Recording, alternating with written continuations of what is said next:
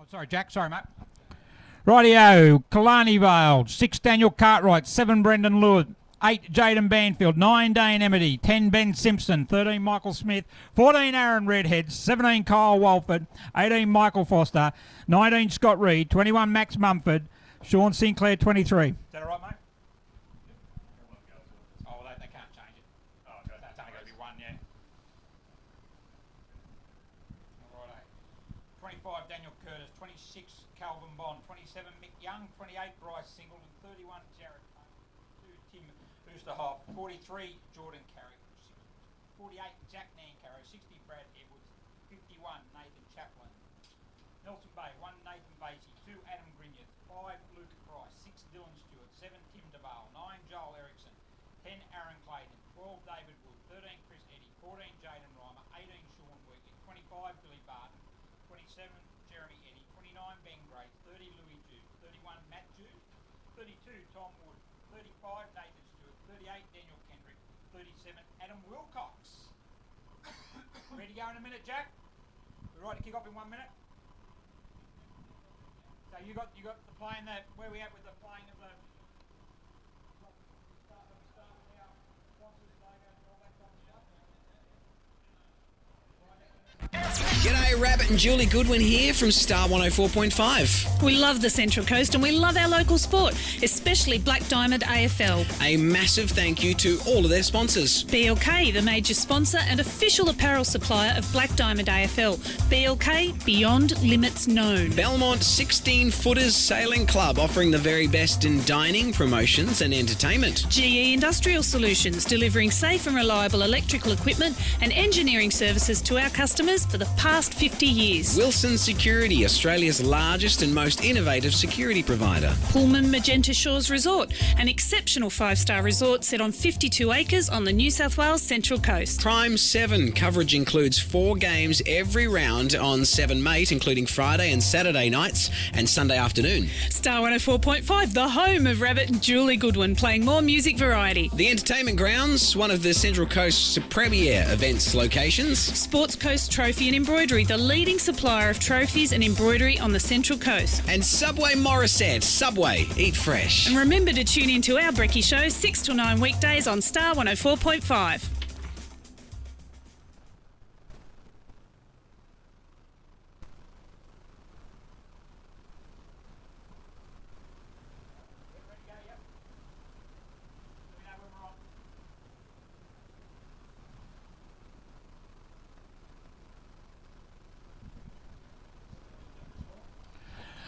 Welcome to Adelaide Street Oval, and a cool Adelaide Street Oval is for round 11 of the BLK Black Diamond AFL competition, where we've got Nelson Bay taking on Killarney Vale. We've got both sides at the moment are just lined up out the middle there. Umpires appreciation round, which is fantastic news. The umpires do a great job. I'm Gary Birkinshaw. Joining me today are my co-commentators, Alex Coburn. G'day, Alex. Good afternoon, Gary. Great to be here. Yeah, it certainly is. And also Lucas Holmes also joining us. Lucas, how are you? Certainly should be. And like I said, a little bit cool, but other than that, the beautiful playing conditions. Ground's pretty soft at the moment from the rain we had during the week, but in pretty good condition, Alex. Yeah, look, I mean, it's much better for the drainage that I've installed early in the season, and I think we're going to see a very good game of football, and the ground shouldn't have too much impact. We've got a couple of sides here that are really on the verge of making the top 4. We've got Nelson Bay currently sitting in 4th spot, but coming into this game on the back of 4 consecutive losses, up against the Killarney Vale side, who had, after a very slow start, have won 2 of their last 3 games, including a very good performance against Terrigal-Vocal last week. Yeah, and I think they can take a lot from their performance against the Panthers last week. I think that they're in a really good position to take the 4 points today against the Marlins.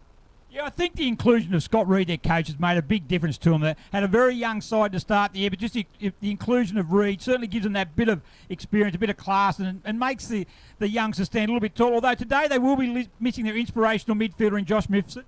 Yeah, look, I think that what they lose in Mifsud and they gain in Reed, that will more than compensate. But yeah, look, Reed's a quality player, and I think that I'll tip the Bombers for the win today. Lucas, Nelson Bay, as I mentioned, coming on the back of 4 consecutive losses. Last week, a heartbreaking 3-point loss after leading by 51 points just after half-time. What do you think that'll have to their mindset? I think they'll have to come out strong and show what happened last week. I think they'll be G'd up in training during the week and raring to go to a strong performance today, Gary. Yeah, you're right, Lucas. I think there you can argue we had a 3-point loss after leading by 50 points, but I think as a coach you can go back to the first half where they actually led by 51 points, so they played pretty decent football against a side that's currently sitting in third place on the ladder. Yeah, of course. I think they'll have to come out and show exactly what I said. Show what they showed at the beginning last week to try and put up a good fight against Killarney Vale here, Gary. Yeah, thanks. Okay, a quick shout out to our sponsors. We've got BLK, Belmont 16-footer Sailing Club, GE Industrial Solutions, Wilson Security, Pullman Magenta Shores Resort, Brime 7, Star 104.5, The Entertainment Ground Central Coast, Sports Coast Trophy Embroidery, Subway Morisset, and Marks and Men's Workforce. So, quick tip from you guys, Alex. Yes, Bombers from me, Gary. Lucas. Killarney Vale as well, Gary. Yeah, I think they'll be very hard to beat. I think a good start is what Nelson Bay is going to need. The umpires today, as we mentioned, umpires appreciation round. Field umpires, Darryl Luck, Jake Bateman, Harrison Crook. Boundary umpires, a father and son combination of Simon and Lincoln McCauley. And in goals, we've got Tom Sullivan and Chris Burrows. So we're not far away from a start.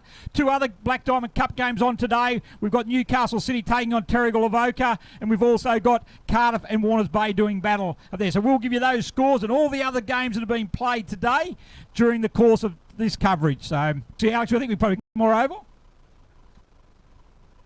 Yes, Gary, at quarter time at Hilton Moor, it is Terrigal Avoca leading 3-1-19 to Newcastle City 2-1-13.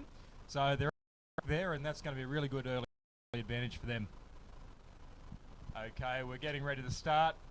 We've got umpire Jake Bateman with the ball in his hand. And a quick quarter-time score from the other game. Carter 5-3, leading Warners Bay 1-4. So we're about to get underway. Ruckman come and do battle. Barton up against Oosterhoff. No one gets a clear tap. Amity's going to have the first grab. He brushes the tackle and gets the left foot kick to the ball. Mumford for Killarney. He can't take the ball. Out the back it comes Jews. Over there, a bit of a scrappy start in the middle. We'll have another ball up, I reckon, in the centre of the ground. We will. Max Mumford had a really great season so far. I think he'll be a key player for the Bombers today. Yeah, absolutely, Gary, and I think around the midfield he's going to be very useful.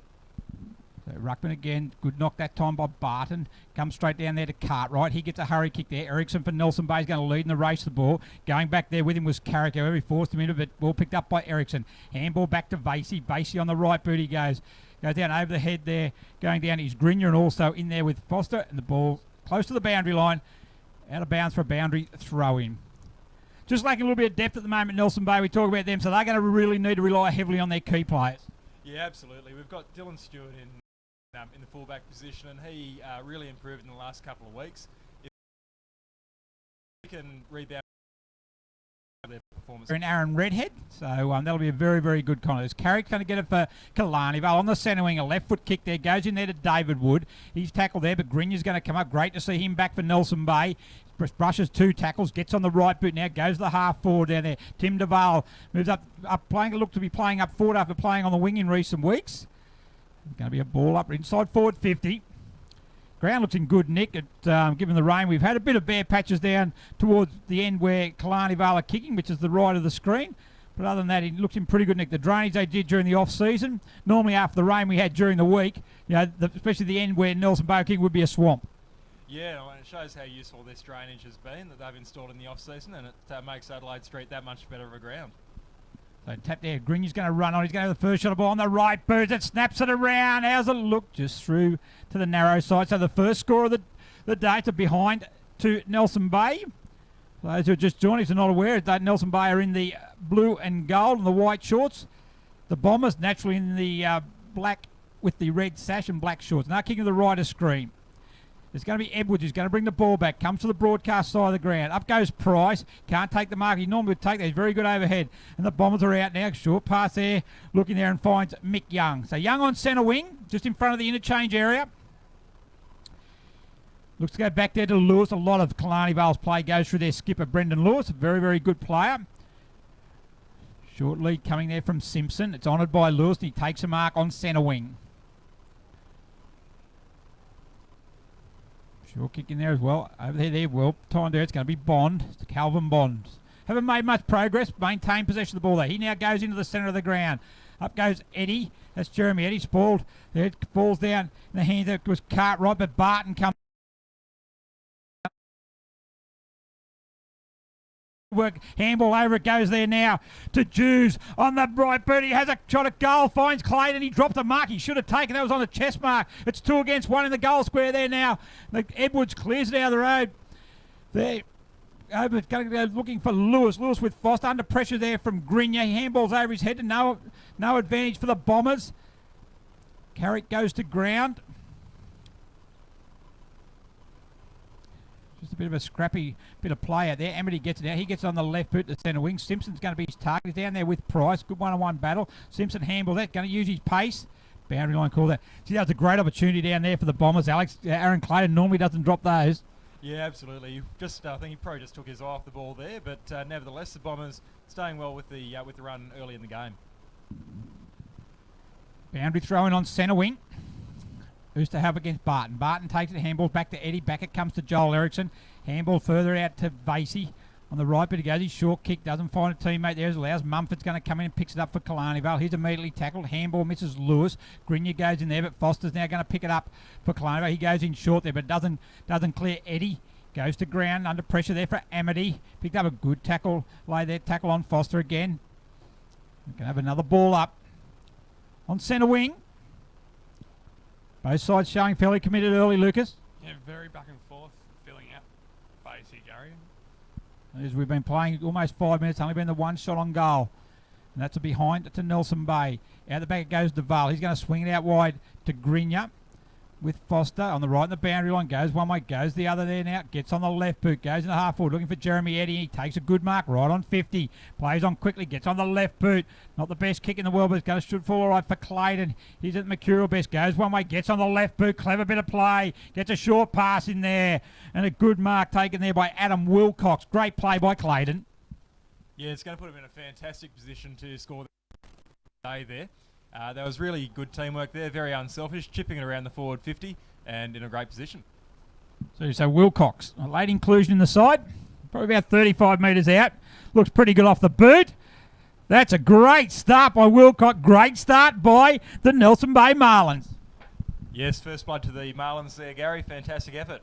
BLK is the major sponsor of the Black Diamond AFL, as well as being the official apparel supplier of the Richmond Tigers, the Western Bulldogs, the GWS Giants, the Adelaide Crows, the Gold Coast Suns and the Brisbane Lions. BLK, beyond limits known. Yeah, good start there. Well done by, good finish by Wilcox. As you said, a late inclusion. Actually played in the earlier game as well. But good play there by Clayton. A very experienced player, very classy. Showed the ball one way, went the other, and hit the target inside 50. And very important for Nelson Bay. We spoke about early on. They must get off to a good start. Yeah, that's fantastic effort there, finding the good option there and finding Wilcox on the lead. Right, so back in the centre of the ground. Oosterhoff wins a tap down. Going to go through there is, going that time was Kyle Walford. Gets a handball back to Mumford. Intercepted this time by Jeremy Eddy. Good strength there. Good clever tap back by Erickson to Jews. Back now to Jeremy Eddy. Inside forward 50 they go again. Lead from Reimer. Good pass and a good mark by Jaden Reimer. Key player for the Marlins. Just coming to the game with a bit of a rib injury, I believe. Adam, that's why, Alex, that's why he's playing up forward. But Reimer kicks from outside 50. He's not going to make the distance, or it does, but just shanked a bit to the right there. Yeah, well, Reimer with one less rib, he's still going to be a very, very dangerous player. However, that's not probably as accurate as he would have liked, as he just gets through for the minor score. So all the scoring at the moment is Nelson Bay's in, leading by 8 points, 7 minutes in. Side forward 50, one-handed punch there. Jeremy Eddy, back it comes again to Grenier. He started very well. Very important player. They're great to have him back after a couple of Jews on to Erickson. Erickson for goals. Reimer down there could take the mark. Oh, he dropped a mark there as well. The couple opportunities they've had down there in Nelson Bay, and his off hands through for behind us. Edwards quickly plays on. The back pocket there. Looking for an option. Long down the line it goes there. Punch from Carrick there from Wood.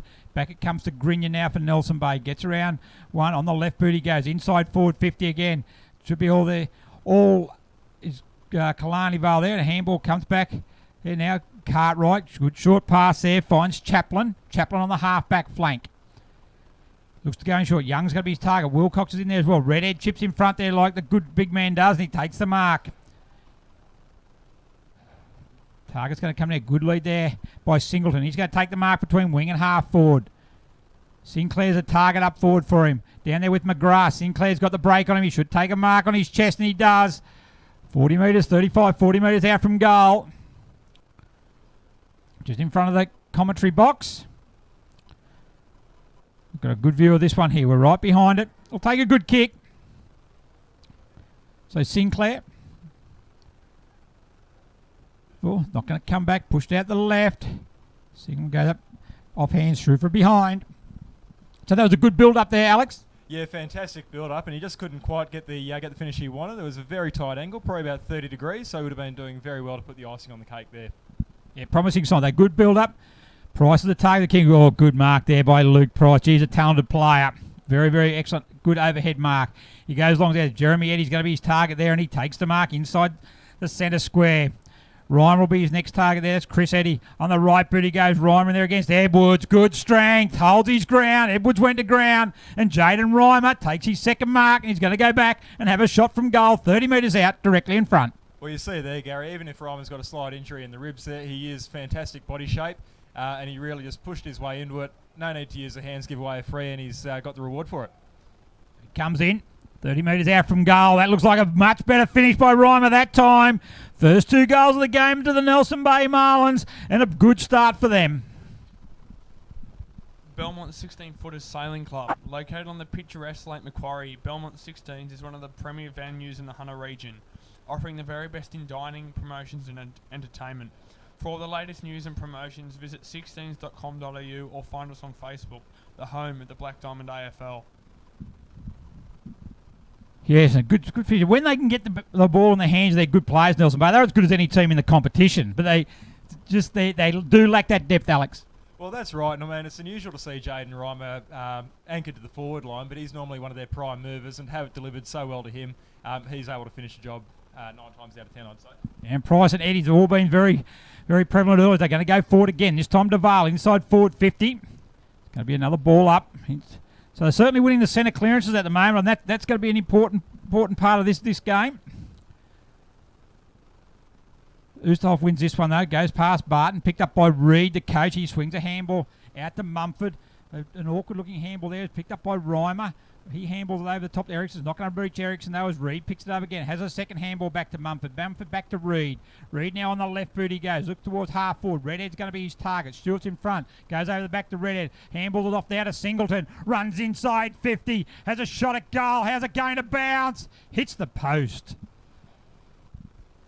Yeah, we had Nancaro there on the lead there. He probably would have been better off trying to find his teammate as he comes down out of defence. And a bit of a scrap down on the forward 50. Caro this time has a shot at goal. How's this going to bounce? Sinclair sits up, Singleton, gets there tackled by Stewart, takes him to ground. Going to have a ball up 5 metres around from the goal. Killarney Vale's end of the ground, looking to get their first goal ball, currently trailing by 13 points, 11.5 minutes in. Redhead in the ruck, gets it back to Singleton. His kick smothered off the boot. Barton goes to ground, he's got there with Redhead. We're going to have another ball up. A little bit closer to the goals. Umpire Darryl Luck. Throws the ball in the air. Redhead's there, taps it back. Smith smothered off the boot, through for a minor score. Yeah, that would have been a good scoring opportunity there for the Bombers, but they didn't really have the numbers around the football and they couldn't win the clearance out. So they will just be rewarded with the minor score there as Dylan Stewart chips it out. The mark is paid there to Lewis Hughes. And he comes out and he finds Sean Wheatley in the back pocket. Just chipping amongst themselves at the moment there. Finds Reimer. A little bit, he might have played on there. Yes, and he does, and he hand passes out to Stewart. That's a hospital pass there. You don't see too many of them from Reimer, as he might have been taken in the back there, but play on called by umpire Darryl Luck. And they find Eddie on the half-back flank. Moving inboard now to Lewis Hughes again. There's good movement from Nelson Bay, starting to play on now. Getting a bit of movement along the far flank, far wing. And they're in a really good scoring opportunity if they can centre the ball here and find a full forward or centre half forward target. scrap down in the forward pocket there. No real options for Nelson Bay. They cross it. And that could be an incredible goal there. It is, Gary. I can't believe that. What a fantastic step over the head there by Luke Price. His old man's in the timekeeper's box. He said, what's going on there? Used to kick them for breakfast. He did, but great goal there by Luke Price. And dare I say it, Das Hund House. Das Hund House already. I think we might have it. Yeah, great goal there by Luke Price. He was stuck deep in the pocket. Snapped it over his head, and that's 3 goals on the trot now for Nelson Bay. 3-3-21, leading Killarney Vale. 3 behinds. We played almost 14 minutes gone, first quarter.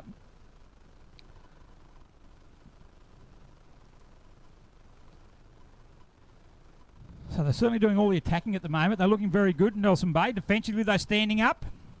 And then they're getting plenty of inside 50s as well. So Oosterhoff wins his tap down. It comes to Vacian. Another centre clearance by Nelson Bay. Goes out there. DeVale's going to lead Foster in the race for the ball. If it sits DeVale's away, although it goes to ground. Slipped at the inopportune time. It's going to allow Cartwright to get in for Killarney Vale. His left foot kick goes there in the direction of Taylor. Looks inboard there for Mumford. He's dispossessed. Very heavily watched today is Mumford after his good form. Sinclair handballs back out and away. They go the Bombers again. Looking for Amity on the lead, but chipping in there is Wood. Can't take the mark, and the ball goes over the line. On the far side, wing and half forward, Killarney Vale's end of the ground, currently trailing by 18 points, almost 15 minutes gone in the first quarter.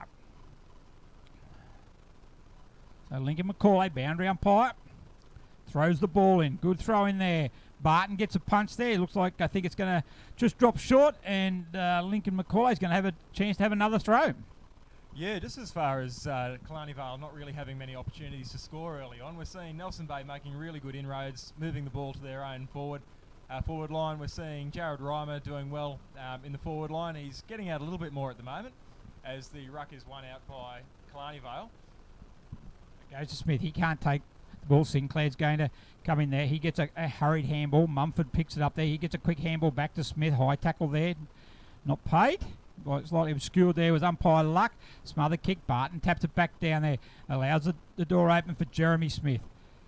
Smith gets gets tackled there by Redhead. Back it comes to Eddie again. Sinclair just targets him and goes over the line. Just Smith there. Mick Smith was just a little bit slow to get up on the wing there after that last contest. So half forward flank. Killarney Vale's into the ground. Boundary throw in again. Ruckman going to do battle. Barton against Oosterhoff. No one gets a clear tap out. Barton comes in, has a second go. Sits up there for Jews. There, Eddie, he can't take it. Amity picks it up there now. The experienced midfielder for Killarney Vale. A hurry kick. Stewart against Redhead. A couple of Redheads there.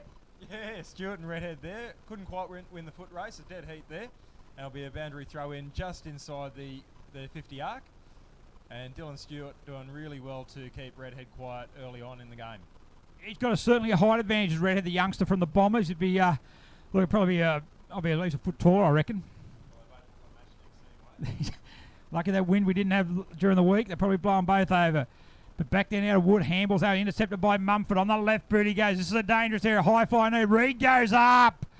And the coach of the Killarney Vale Bombers takes a big contested mark at the top of the square, and he should go back and kick the first goal for the Bombers. Yeah, it's a pretty straightforward sort of kick here, but that's just a fantastic pack mark there by Reed, the captain and coach of the side, I should say. And he's showing the side how it's done. He's dragging them back into the game by the scruff of the neck early on. GE Industrial Solutions. GE Industrial Solutions, partnering with the mining community in the Hunter for the past 50 years, delivering safe and reliable electric equipment and engineering services to our customers. Also proud sponsor of the BDAFL women's competition. Yeah, it's really good to see Scott Reed there making an early impression for his side. They were sort of falling a little bit behind the 8 ball early on, and so at 21 points to 9, they're in a much better position than had they been going to the first break without having registered a goal. So good work there to Scott Reed. Yeah, just a pivotal player there. He's just a good contested mark down the square, and I think that's going to be an issue for Nelson, but I'm not sure who they're going to be able to play on him. But that's something that coach Sean McGraw will need to be mindful of. As Barton gets the ball for Nelson Bay, he gets that awkward-looking left foot kick there. Foster leads the race the ball. DeVale gets it for a ball, doesn't sit. He gets on the right boot, smothered off the boot there. Well done that time by Edwards, but that's still it wasn't Edwards. Edwards has got the ball now. Lewis there. They've got the numbers. Nelson Bay. Back one way, back the other. Eddie tries to brush a tackle, gets it back to Vasey. Right boot, snap around the body. Does he like it? You better believe he likes it. A quick response by the Marlins, and they get the margin back out to 3 goals. Yeah, we could be seeing some Dustwood House competition there. Vasey from about 55 metres out, I'd suggest. At a pretty ugly sort of angle as well. I'd say maybe 40 to 30 degrees. So he's done very well to get the distance and the accuracy early on. Fantastic effort there. Wilson Security. Wilson Security is Australia's largest and most innovative security provider, delivering a wide range of services to a diverse range of customers.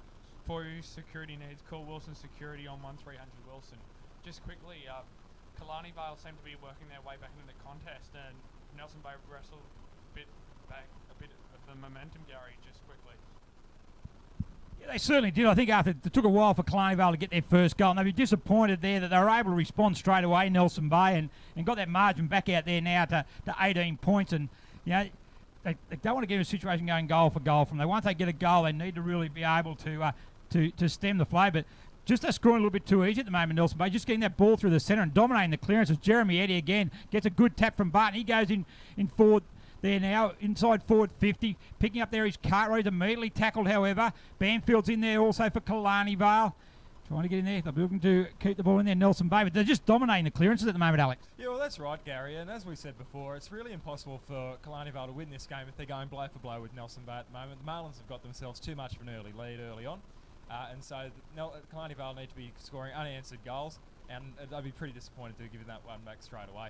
They've got potent forward lines, Killarney Vale. They've got Singleton, Sinclair, Redhead. They've got plenty of them down there, but they've just got to start getting some parity in the centre clearances, because at the moment Nelson Bay are dominating. They're going to get another one here through Grinya. Handball it back to Ericsson, quickly on the boot. They're inside forward 50. It goes again. Sinclair there now. Can't take the ball. Jews on the left boot. Snaps it around. How's it bounce? Oh, just bounced there to the left. Shane Warren would have been very happy with that leg spinner there, let me tell you. Yeah, fifth day pitch showing down in forward square there, Gary. But the thing again then was just how easy they won that ball out of the clearance again. Their key players are doing really well around the middle there. Vasey, Eddie, Barton's winning the taps. They're going to need to look at that, because keep in mind, Killarney Vale are missing their key midfielder in Josh Mifsud. He's normally the one who gets in there and does all that in and under work, and a really good clearance player for the Bombers. They go out there wide now looking for Walford, but Eddie's there as well. He's had a great year, Jeremy Eddie, for the Marlins. He's been fantastic. Every time I've seen him play, he's been in and about the best players on the ground. He's really good around the midfield, and when he's sticking down the forward line, he can kick a few goals as well. Certainly can. So, boundary throw in there. We're just seeing as well that Nelson Bay have got some really reliable paths forward to their forward line. They've got reliable ways of delivering the ball forward and creating scoring opportunities for himself that Killarney Vale don't seem to have found yet today. So as soon as Killarney Vale can find themselves some prime movers in the game, I think they'll be well and truly back in this, but that's part of the reason why Nelson Bay is getting such an early advantage.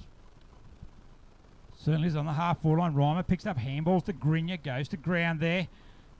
Simpson can't pick it up for Killarney Vale. Nelson Bay can pick it up immediately. Tackle there, goes towards the boundary line. Going to have a boundary throw in.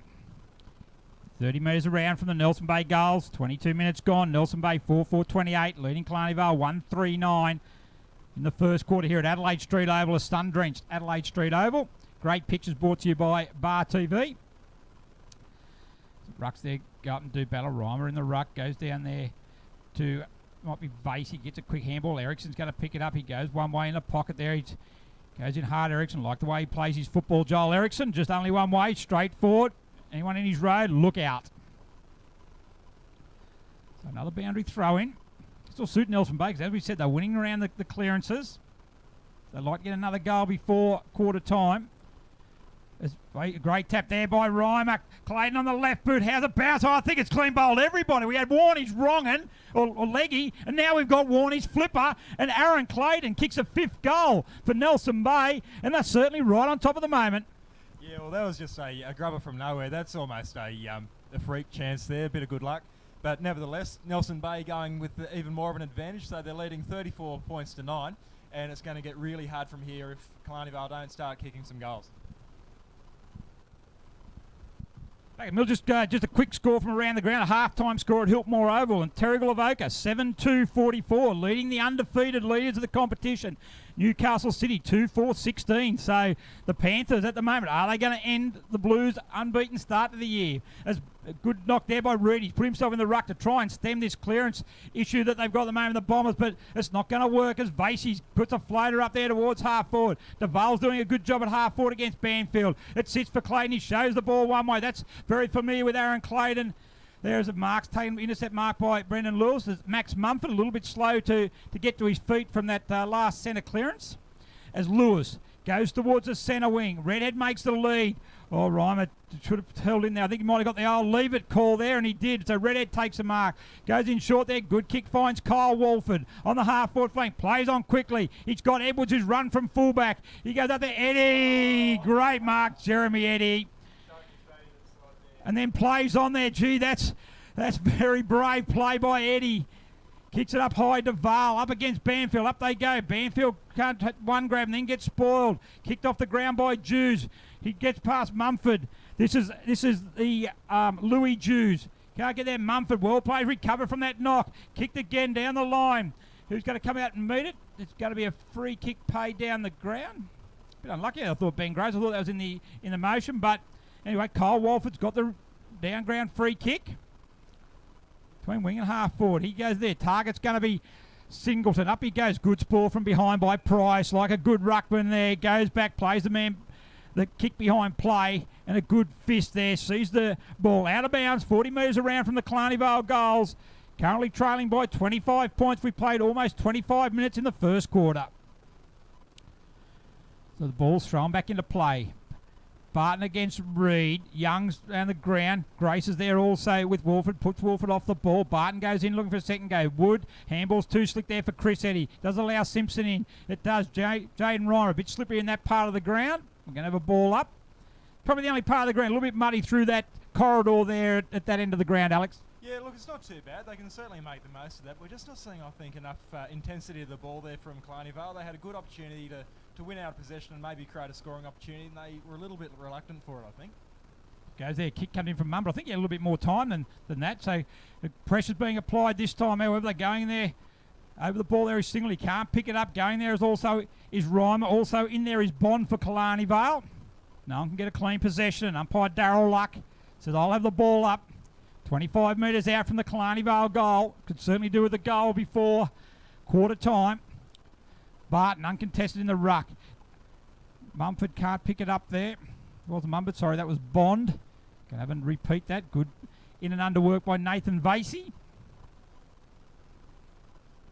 Yeah, that might be a bit of a tactic there from Reed to create, maybe it might have been proved wrong already, but to create an uncontested ruck, just accept that they're going to lose the ruck and create more defensive pressure around the ball up. Yeah, I don't think they were sure who was going to take the ruck out of Redhead and Reed.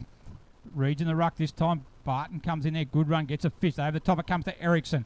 A long kick. It goes out. There. Stewart's going to be there. Lewis at the back. Can't take the mark. Good contest there by Stewart. Brought the ball to ground and near the centre circle. They have another ball up. Once again, they're just able to transition the ball really well at the moment. Nelson Bay really doing well around the clearances. Harrison Cook throws the ball in the air. Reimer in the ruck this time. Taps it back there. Can't get to Chris Eddy. So Reimer goes in and has his go again. Bond for Killarney Vale. He can't take the balls. He was tackled as soon as he got it. We're going to have another repeat. Ball up. The commitment at the moment. Nelson Bay are on the ball today. Absolutely, Gary. And when they're not able to win the ball out themselves, they're creating good pressure. So it's creating a stoppage. It's giving them more time to get players around the ball and to create more opportunities to move the ball away from danger. Carrick, good hands there, gets it out to Young. Young on the left boot, goes out towards the boundary line. I think the boundary line will win, and it does so on the half foot between wing and half foot. Deliberate. How? That's a red hot call there by, I think that's Harrison Cook out there, yeah. I'll be even worse now. That is a horrible call. That is a dreadful call. That you've got to take into account a player's skill levels. It's Mick Young's opposite side of his body. And he kicked the ball. He kicked the ball 30 metres from the centre of the ground. So sorry, can't agree with that call at all. We're going to have another throw in as a siren sounds for quarter time. And at quarter time, after a dominant first quarter by the Marlins, 5-4-34, leading Killarney Vale 1-3-9. Goal kickers, Lucas. Goal kickers for Killarney Vale, just a single to Scott Reed, and for Nelson Bay, singles to Nathan Vasey, Luke Price, Aaron Clayton, Jaden Reimer, and Adam Wilcox, Gary. Thanks, Lucas. Alex, your take on the first quarter? Yeah, well, look, we saw Nelson Bay making the early run there, so that's really good to see that they're on the ball early on in the game. We saw Killarney Vale probably a little bit lethargic. They weren't creating enough opportunities for themselves, and as I said previously, Nelson Bay they created a lot more opportunities in terms of moving the ball forward. Killarney Vale a little bit sluggish in terms of that. Scott Reed was probably the only standout one, although Amity's been in and around. But my 3 umpires' votes at this stage of the game would be going to Jeremy Eddy, especially for his effort down red hot form already today. Thanks very much, Alex. So quarter time, Nelson Bay 5-4-34, leading Killarney Vale 1-3-9. We'll be back in a couple of minutes with the second quarter. G'day, Rabbit and Julie Goodwin here from Star 104.5. We love the Central Coast and we love our local sport, especially Black Diamond AFL. A massive thank you to all of their sponsors. BLK, the major sponsor and official apparel supplier of Black Diamond AFL. BLK, beyond limits known. Belmont 16-Footers Sailing Club, offering the very best in dining, promotions and entertainment. GE Industrial Solutions, delivering safe and reliable electrical equipment and engineering services to our customers for the past 50 years. Wilson Security, Australia's largest and most innovative security provider. Pullman Magenta Shores Resort, an exceptional 5-star resort set on 52 acres on the New South Wales Central Coast. Prime 7 coverage includes 4 games every round on 7 Mate, including Friday and Saturday nights and Sunday afternoon. Star 104.5 is the home of Rabbit and Julie Goodwin, playing more music variety. The Entertainment Grounds, one of the Central Coast's premier events locations. Sports Coast Trophy and Embroidery, the leading supplier of trophies and embroidery on the Central Coast. And Subway Morisset. Subway, eat fresh. And remember to tune in to our Brekkie Show 6 till 9 weekdays on Star 104.5.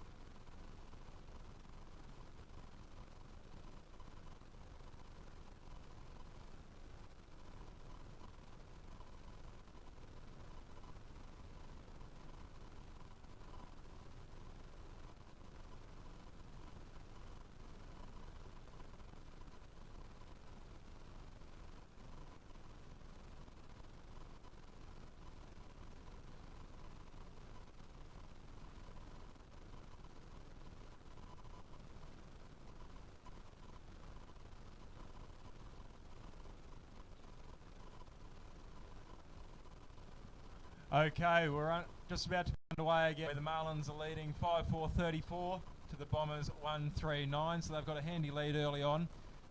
They've done pretty well to scrape out. We've got Scott Reed in the ruck there against Nelson Bay, and we're about to be underway here. And would you believe it, the ruck won out by Scott Reed, although Eddie with the early run as they move down through the forward line. the half-forward line, I should say, and they'll be looking for the boundary line, and it'll be out for a boundary throw-in, about 10 metres forward of the 50 arc there. So not too far into the quarter, and we've already got our first stoppage as umpire Simon Macaulay throws it into what's essentially a fairly uncontested ruck.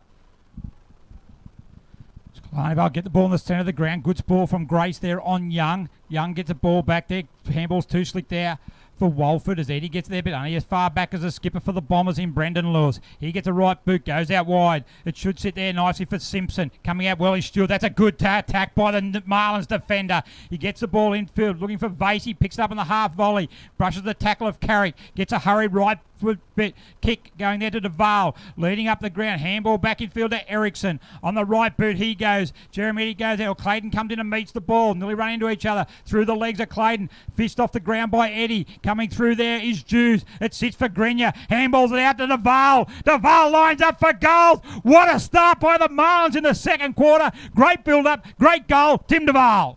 Yeah, Tim Vale, very good there. Not a perfect angle there, so he's done well to slot it. And the Marlins have got an even better advantage early on in the second term. It's going to be pretty hard from here for the Killarney Vale Bombers. Pullman Magenta Shores Resort. Pullman Magenta Shores Resort is an exceptional 5-star resort set on 52 acres on the New South Wales Central Coast. Nestled between the pristine waters of the Pacific Ocean and Tuggerah Lake, surrounded by National Park. This resort has been designed to complement its spectacular location. The luxurious resort by Core Hotels has been designed to offer guests everything: impeccable service, amazing on-site facilities, sophisticated dining options, modern villa-style event spaces. Also a proud partner of the Run Against program, Gary. Beautiful.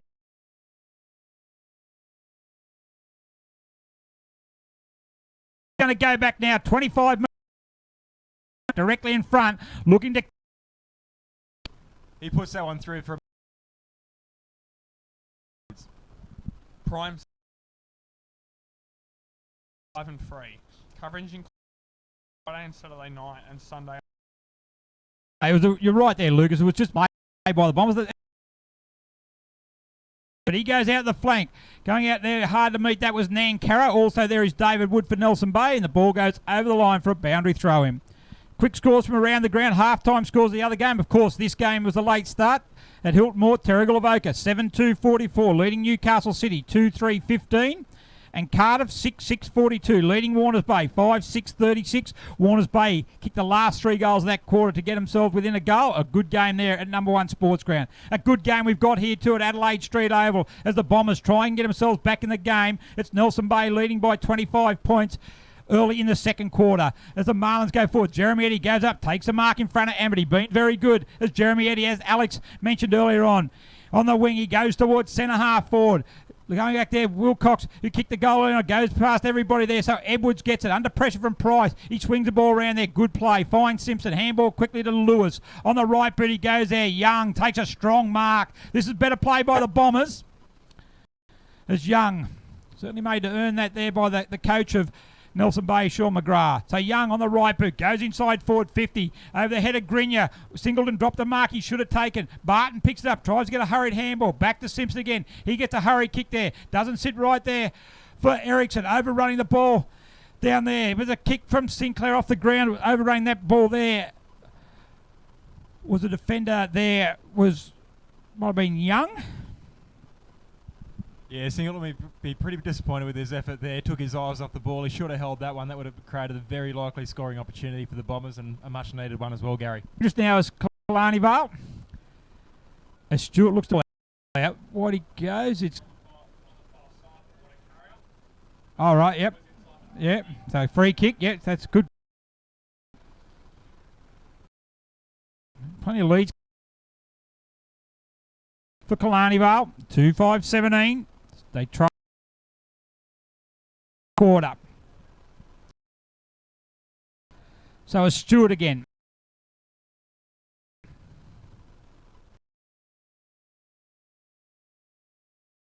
David Wood. Wood's going to fall. It goes in there to Jeremy Eddie. Good mark there against Cartwright. Chips it out wide to Price. If it sits, Price will get a shot on goal. It doesn't. Awkward bounce. He's still got plenty of time though. He looks to go inboard. Goes all through the hands there of Cartwright, through the hands of Juice. So it ends up falling in the hands of the Bombers. Goes out wide looking for a mark there, and a mark's taken out there by Carrick. Jordan Carrick on the left boot. Looks to go in short. Finds Redhead. Pinpoint pass right on centre wing. Just in front of the interchange area. Great new interchange benches there at Killarney. Doing a great job here, the club, in improving the Adelaide Street Oval. Can't take the mark. Thomas Young over the back. It goes to Nankaro on the left boot. He goes. It's swinging around. Don't tell me. Well, we've had some great goals there. Jack Nankaro on the boundary line. I reckon he's almost over the fence. He was that wide, Alex. Oh, look, that's an incredible goal there, Gary. I think we've got our third contender for the Dustwind House goal of the day presentation. And I'd say the distance there was probably the longest as well. I'd estimate that it's close to 60 metres there, so his radar was absolutely spot on. Star 104.5. Star 104.5 plays the music we all love and proudly supports the Black Diamond AFL. If that's 60 metres, mate, I want to be buying land off you, but I don't want. I want to be by Nankaro. Just come back on the left boot because it's also on the wrong side as well. So great goal, back-to-back goals from Killarney Vale, getting themselves back in this game. Reading the ruck again, taps it this time. Clayton picks it off and he gets a hurry kick coming forward. Eddie and Cartwright. Eddie gets it as well. He's winning that battle. Handball's over the top of Vale. He gets a quick handball to Reimer. Inside 50. The Marlins have got an answer at everything the Bombers can throw at them. And Jaden Reimer kicks his second goal for the game. Yeah, that was fantastic work there by Reimer. He just rounded out. He had plenty of time there. He loaded up from about probably 35, maybe 30 metres out. And he was never going to miss that. But as we said before, it's so important that the Bombers, they kick a goal. They don't just let the Marlins answer straight away. That's going to be a backbreaker. The Entertainment Grounds Central Coast. The Entertainment Grounds has quickly established itself as the premier events location on the Central Coast. The Entertainment Grounds is an indoor and outdoor multi-purpose community facility for functions, events, festivals, weddings and exhibitions, as well as horse racing, Gary. Certainly is a great place to be, the Entertainment Grounds. Got a Brian Cad concert coming up, bringing musical artists to the Central Coast. So well done to them. Oosterhout in the ruck there. Barton wins his tap down. Clayton can't take it. Allows Bond to come in and pick up. He gets it back down to Banfield. Goes one to the other, but Juice smothered off the hands. A wobbly left boot. Kicking there. Eddie's in there. Up against Foster. 2 against 1. The Bombers have got the numbers. Handball to Edwards. Handball now to Lewis. Lewis on the right boot. Kick and a good gets it and goes right boot. Good pressure there by Reimer right at the end. There just forces it, and the ball goes over the lines, out of bounds on the foot, and the resulting free kick is going to go the way of Nelson Bay. Yeah, Nelson Bay get another chance to reply yet again, but we see that's really good work there by Killarney Vale. They've rebounded well out of their 50, notwithstanding the turnover in their on the back flank, as we see Nelson Bay getting a breakaway. It's Grinya on the right boot. He goes. There's a wobbly floaty kick there. Sits up. No one can take there. Over the head of Banfield's coming the direction there of Matt Juice. Handball out there. It's a good tackle by Vasey on Banfield. Vasey picks it up. Banfield then applies a tackle, reversing the rails. High tackle. Free kick goes to Nathan Vasey. 60 metres out from goal. Eddie's making a lead through half forward. You'd go to him. He's been on good form today. He's going to take this mark as well. Forced Cartwright under the ball. Good pinpoint kick there by Vasey. And Jeremy Eddie's going to go back 30 metres out, have a shot for goal. Yeah, and again, he's used his body shape really well. He's just backed away from what would have been the contest. He judged it really well to go back as well. So he's kicking from about 35 metres out, more or less straight in front. And he's got the goods again. So Nelson Bay going up by 29 points now. So that's going to make it really difficult for the Bombers to get back into this game in the second term. Sports Coast Trophy and Embroidery. Sports Coast Trophy, the leading supplier of trophies and embroidery on the Central Coast.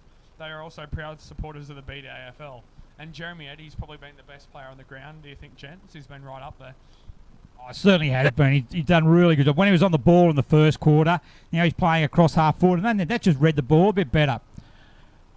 As the siren sounds, we're only mucking around there. Just Phil Lewis there just playing around with the siren, which is good. Just calling, I think he's calling the mercy rule. But the score at the moment is it's 8-4, 52 Nelson Bay, 3-5, 23 Killarney Vale. We've been playing 11 minutes in the second quarter, and they need to find an answer. They need to quick the Bombers after kicking 2 goals. They've allowed Nelson Bay to answer quickly. Bombers now going to get the chance to go inside forward 50 again. Picking up there, some other numbers around the ball. Nelson Bay's got it out there again. Jews gets it. He's going to be tackled by Reed. He does. Gets a one-handed handball. Good decision, Darryl Luck. Free kick to Scott Reed. The coaches certainly try to lead from the front. Goes there on the far side of the ground. He does a good pinpoint pass there, and he finds Chaplin. Chaplin takes a mark on 50. In quickly as to a Singleton's going to be his target, but sitting back there, touched off the boot was the call. So Sean McGrath shows his age there, brings the barrel out. We haven't seen the barrel in a long time, but it worked out all right. Although Jews on hands to knees, can't take it. He slipped at the vital time and out of the boundary line for a boundary throw. We don't see too many barrels nowadays, Lucas. No, not at all. That's usually the quick kicks away, mate, very often in general play. Actually, you're only young, but you probably haven't seen them before, mate. They used to be back in vogue in my day. Used to be specialties. Yeah, now it's just a bit of a hit and hope, I think, Gary. So he brings out the barrel there and long awaited, long overdue. So you probably what you really mean to say there, Alex, is that the players these days aren't as skilled as players back in my day, because we used to be able to do them for fun. But anyway, free kick there goes there to Eddie on the lead, coming out his rhyme. Good use of the body there. Good play there by Edwards. He's going to allow the back there is Banfield. He picks it up, tries to brush the tackle. He's in all sorts of trouble there. Great strength by Jaden Reimer. Jaden Banfield tried to brush him off, but it was a really good tackle, and Reimer's inside 50. Take a good... little bit of tussle there, Gary. Probably a bit unnecessary, but... you can't try and take on Jaden Reimer. He's just too good, and if you try and step around him, he won't give you the space to move. He looks like he's a bit too far out to score there, so he's looking for the lead. He's got it from Vale, and he hits him up. Great pass, Jaden Reimer. A good lead by Tim Vale. And look, Scott Reed will be disappointed that he's actually had that space to lead into, especially from the time the free kick was paid. There was a period of time where they had plenty of time really to get back and fill that space. So Tim Vale's kicked 100 in a goal in the season in the First Division a few years back. So he's no stranger to shots at goal. So Vale, a tight angle. Looks good off the boot. And the skipper of the Marlins. And they've got 3 on the trot now. And certainly in control of this game. Subway Morisset. Subway Morisset is open at 9 p.m. Support local businesses. Subway. Eat fresh. And going back to the torpedo, Gary, who can't forget the Anthony Rocket torpedo at the Whitten Legends game a few years ago at Etihad? An absolute monster. Yeah, probably doesn't do the Malcolm Blight one, though, against North Melbourne, against Carlton. 75 metres to win the game after the siren. But back onto this game there, like Tim Vale, he's been played most of the year across half, centre half forward, and he's been very good. He's probably been arguably one of their better players all year, Tim Vale. Certainly been very, very consistent. The captaincy is certainly agreeing with him, and at the moment they've got all the answers the Marlins at the Bombers are throwing at him, and 35 points, and we've been playing 14 minutes in the second quarter.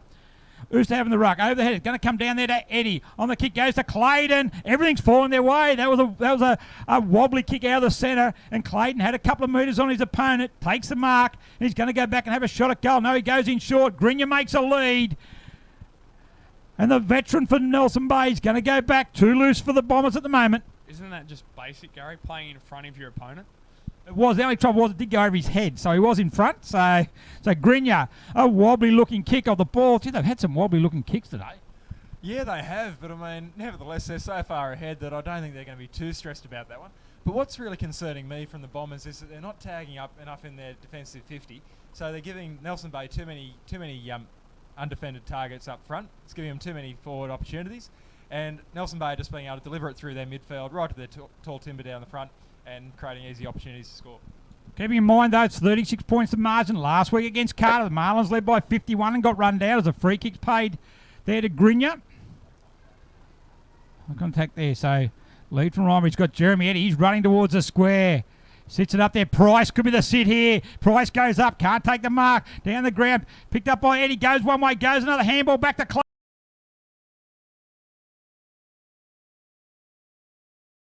BLK fell, as well as being the official apparel supplier to the Richmond Tigers, Western Bulldogs, GWS Giants, Adelaide Crows, Gold Coast Suns and the Brisbane Lions. BLK, beyond limits known. Yeah, and by the way, boys, I'd just like to revise my tip from before the game if I'd just like to get a do-over opportunity there. I think that Nelson Bay, they've got all the run and they're really not allowing Killarney Vale any real chance to get back in the game here. So it's going to need a really heroic team effort or an individual performance from the Bombers to just grab this game by the scruff of the neck and drag themselves back in. A little bit concerned, Alex, how you jump off so quick, mate. as Reed. He'll do everything possible, the coach of Killarney Vale. Kick out there to Young. Probably should have been over and picked that up instead of trying to kick it off the ground. Out it comes there now. And Matt Jusner away again. He has a bounce. Right boot kick. Another floater. There's been plenty of them. Sinclair now looks to be playing behind the ball. Handball to Foster. Out it comes there now to Mumford. On the right boot, he goes out the wing. Lewis is going to be his target. But Price, not for the first time today. We've seen the big fellow from Nelson Bay fist the ball over the line. And we're going to have a boundary throw in. Centre wing. Nelson Bay, centre wing in the centre of the ground, not on anyone's favouring anyone's end, but it's Nelson Bay currently leading by 40 minutes gone in the second quarter. Nothing. Nope. Nothing. Got nothing. He's still trying to get Lucas there, just trying to decipher the barrel. It's Simon McCauley. Good throw in there. Ruckman are going to do battle. No one misses. No one hits that ball. It's missed it, but they're out again through these clearances. Eddie, right booty goes. Clayton up and down before the ball got there. Sinclair stands in front and takes an easy overhead mark. So Sinclair, right boot, he goes long. Redhead's going to be his target up against Stewart. Good spoil by Stewart. Ericsson goes to ground. Lewis roves the ball. But Dylan Stewart's there, picks it up, back to Ericsson. They've got all the answers at the moment. Oh, got in front of that, but I think he was sort of caught behind that one was Darryl. I think he had a bit of a guess at that, but nevertheless, free kick goes to Chaplin. Need a good target up forward. At the back, it's going to be there. See, oh, good strong mark. That's McGrath, the coach of Nelson Bay. Hasn't played many games this year with a knee injury, but away he goes out there. Gets it out there to Young. Goes one way, back the other then. Right boot on the centre wing. Kyle Walford in front. Can't take the marks. Going to allow Matt Hughes to pick it up. He taps it out. There now, to Grinya, back to Vasey, back to Grinya. Not the best handball, but he's good enough to get out of it. He's going to go on the left boot as Vasey lays the Shepherd. Chippy in there looking for Ericsson. A good spoil this time by Sinclair. 18 minutes gone, second quarter. Nelson Bay, 42 points to good. 2 goals early on in this quarter to Killarney Vale, but then 4 got back certainly in the ascendancy. Barton gets a Tafford and Vasey on the up. There's a size. Back it goes. Matt Hughes is out there. Also going back for Killarney Vale is Bond. He gets it with the boundary line in the back. Free kick's going to go the way there of Calvin Bond. Half-back flank for the Bombers. Inboard's going to be his target is Edwards. Sits there, good use of the body there. Well done off the ball there by Chaplin. Prevented Eddie from going up and spoiling, so Edwards takes an uncontested mark. Inside the centre square, he looks to go in short. Mumford's going to be his target. Takes a mark there in front of Vasey. Leeds coming from Singleton. Shouldn't reach that far there. They got the numbers there. He would, but sits there. Stewart. Up he goes to get in there. Takes his foot. He's going to be tackled by Redhead. Gets a hurry kick in there just in the nick of time as Vasey gets it away. They go again. They're going to clear it out. Half forward Sinclair. Going to be a target. Is Rhyme. Up he go! No mark play on there as the crowd got excited. Gee, he was up high there. Very slow to get up though. His Rhyme looks like I think he might have got a little knock to the head. As Grinya. Handball's back. It comes out. Get you to keep an eye on Rhymer there, Lucas. As the ball comes out now, Nelson Bay have got the numbers. Wood, a quick handball there, back to Price. Price chips it back there to Graces. They've also got a player down also there for Killarney Vale. So we've got Rymer down at one end of the ground. We've got a Killarney Vale player down at the other end of the ground. Just seeing who that might be. Is it Aaron Redhead?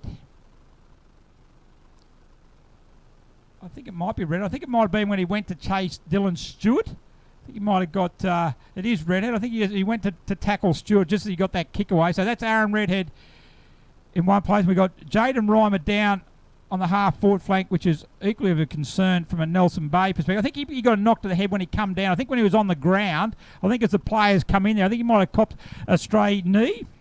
Yeah, look, he's not getting up yet. He's looking pretty concerning. And especially, and Redhead is walking off the ground at the other end of the ground, but it looks like he is walking in such a ginger way that his shoulder looks pretty badly injured as well. I don't think he'll be taking much further part in the game. That's a big out for Killarney Vale. Yeah, it looks like he's got his arm in a makeshift sling, so whether it's an arm, shoulder, whatever, but Reimer, he's still on the ground. He hasn't moved as yet. With the players huddled together. Well, there, so just recapping the score, it's 10-5-65 Nelson Bay, Killarney Vale 3-5-23. And just quickly while we've got a break in play, I'll go through all the other scores that we've had today, starting with the women, and it's Gosford 9-12-66 defeated Killarney Vale, 1 behind. Cardiff 11-3-69 defeated Warners Bay 5-1-31. Newcastle City 5-9-39 defeated Wyong Lakes 1 straight 6. Lake Macquarie 22-19 151 defeated Singleton 0. Nelson Bay 6-7-43 defeated Maitland 3 behind 3. In second division, Terrigal Avoca 18-8 116 defeated Maitland 5-2-32. Newcastle City 14-8-92 defeated Wyong Lakes 3-5-23. Nelson Bay 8-14-62 defeated Killarney Vale 3-18-36. The entrance Baddo Bay 20-18-138 defeated Singleton 4-6-30. Muswellbrook 16-19-115 defeated Gosford 5-5-35. In first division, Gosford 34-14 218 defeated Killarney Vale 1-1-7. Maitland 9-11-65 defeated Terrigal Avoca 6-5-41. Warners Bay 9-9-63 defeated Cardiff 6-10-46. Singleton 17-16-118 defeated Lake Macquarie 1-3-9. And the game that is currently underway between Wyong Lakes and Newcastle City. I'll just get that score for you just right now.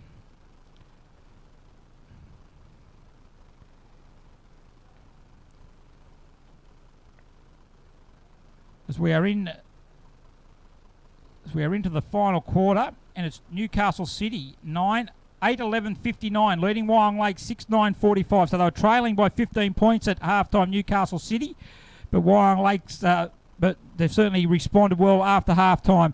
And the halftime scores from the other games: Terrigal Avoca 7-2-44 leading Newcastle City 2-3-15. Cardiff 6-6-42 leading Warners Bay 5-6-36. And here at Adelaide Street Oval, 20 minutes gone into the second quarter, it's Nelson Bay 10-5-65 leading Killarney Vale 3-5-23. So just a stoppage in play here at the moment as we've got Jaden Reimer. So he just over going for a high mark, went the ground. I think he might have just got a knock as he was on the ground, and medical staff currently with him at the moment, just taking a stretcher out. So hopefully everything is all right for the talented Nelson Bay youngster. Certainly been very influential in today's contest. He's kicked 2 goals and been a very, very good player. Alex? Yeah, it'd be a huge loss for Nelson Bay if Reimer has to leave the field now, as I'd say he will. I'd be amazed if he makes a comeback in the rest of the day's play. He's been really important in a fairly unusual position for him of late. He's been put up forward today. He's normally in the midfield. He's normally one of their prime movers, so it's a little bit unusual to see him in the forward line or in the half-forward line, but he's certainly made that position his own today. So he's showing what a quality player he is, how versatile he is, and so let's hope that he makes a speedy recovery and makes a return to the football field very soon, because he's got a very bright future, and Nelson Bay really needs him to be part of their plans in the future going forward. Nelson Bay, they've established themselves a very handy lead early on today. We're not quite at the half-time break yet, and they're leading the game by 42 points, so that's going to be a pretty big ask for Killarney Vale to score 8 times just to get a lead there.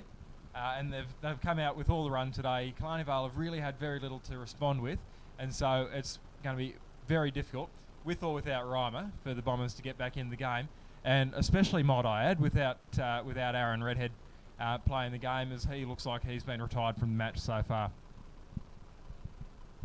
Yes, so we're just waiting here while there's just a bit of a lull in play. We'll just quickly have a break, and we'll be back with you shortly.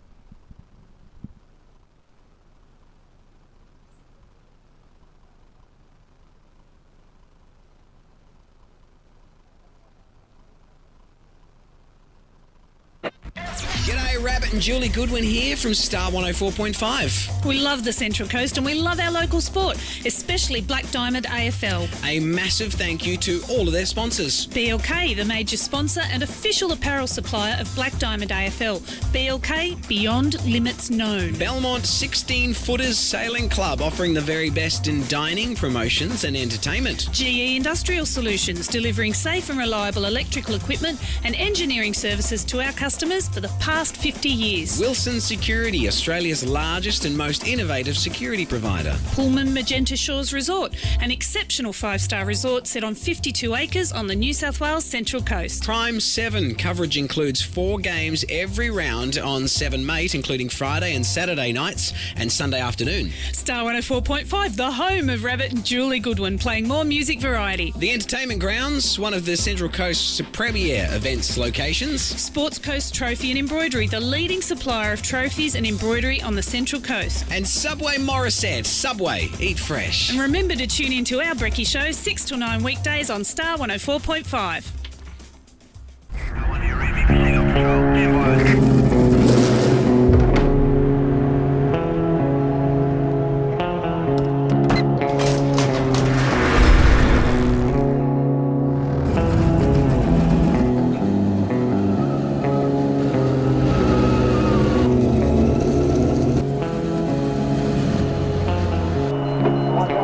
Car 33, proceed to level 2, check on its service.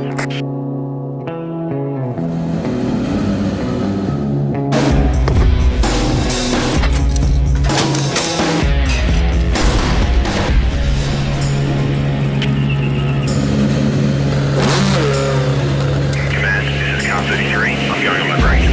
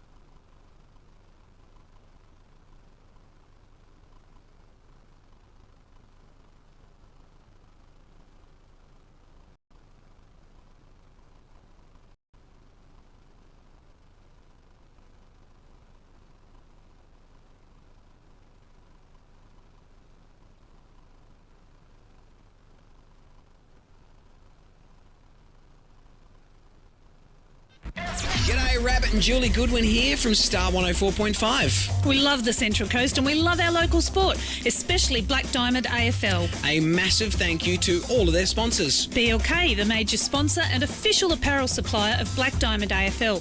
BLK, beyond limits known. Belmont 16-Footers Sailing Club, offering the very best in dining, promotions and entertainment. GE Industrial Solutions, delivering safe and reliable electrical equipment and engineering services to our customers for the past 50 years. Wilson Security, Australia's largest and most innovative security provider. Pullman Magenta Shores Resort, an exceptional 5-star resort set on 52 acres on the New South Wales Central Coast. Prime 7, coverage includes 4 games every round on 7 Mate, including Friday and Saturday nights and Sunday afternoon. Star 104.5, the home of Rabbit and Julie Goodwin, playing more music variety. The Entertainment Grounds, one of the Central Coast's premier events locations. Sports Coast Trophy and Embroidery, the leading supplier of trophies and embroidery on the Central Coast. And Subway Morisset. Subway, eat fresh. And remember to tune in to our Brekkie Show 6 till 9 weekdays on Star 104.5.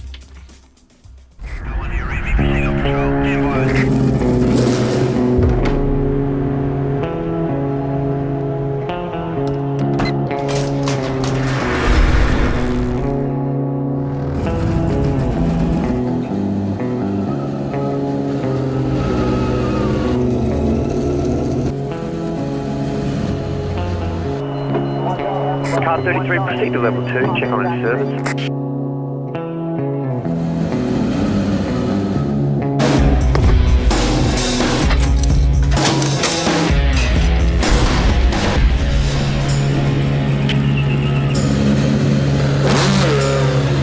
Command, this is car 33, I'm going on my break.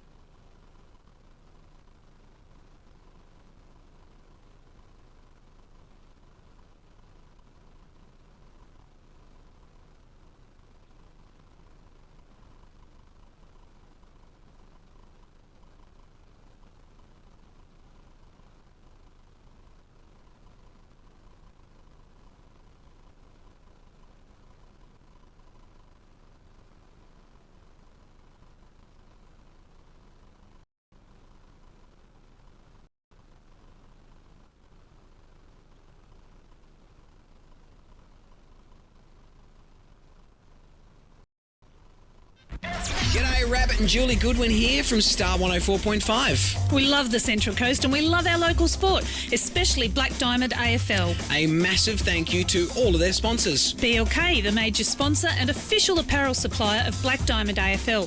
BLK, beyond limits known. Belmont 16-Footers Sailing Club, offering the very best in dining, promotions and entertainment. GE Industrial Solutions, delivering safe and reliable electrical equipment and engineering services to our customers for the past 50 years. Wilson Security, Australia's largest and most innovative security provider. Pullman Magenta Shores Resort, an exceptional 5-star resort set on 52 acres on the New South Wales Central Coast. Prime 7 coverage includes 4 games every round on 7 Mate, including Friday and Saturday nights and Sunday afternoon. Star 104.5, the home of Rabbit and Julie Goodwin, playing more music variety. The Entertainment Grounds, one of the Central Coast's premier events locations. Sports Coast Trophy and Embroidery, the leading supplier of trophies and embroidery on the Central Coast. And Subway Morisset. Subway, eat fresh. And remember to tune in to our Brekkie show 6 till 9 weekdays on Star 104.5.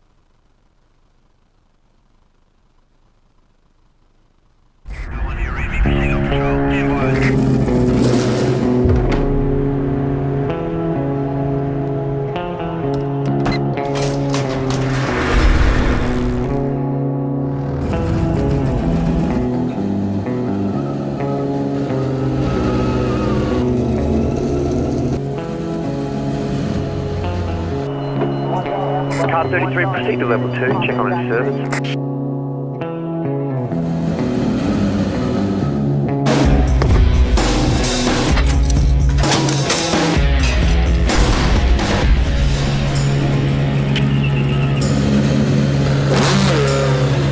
Command, this is Car 33, I'm going on my break.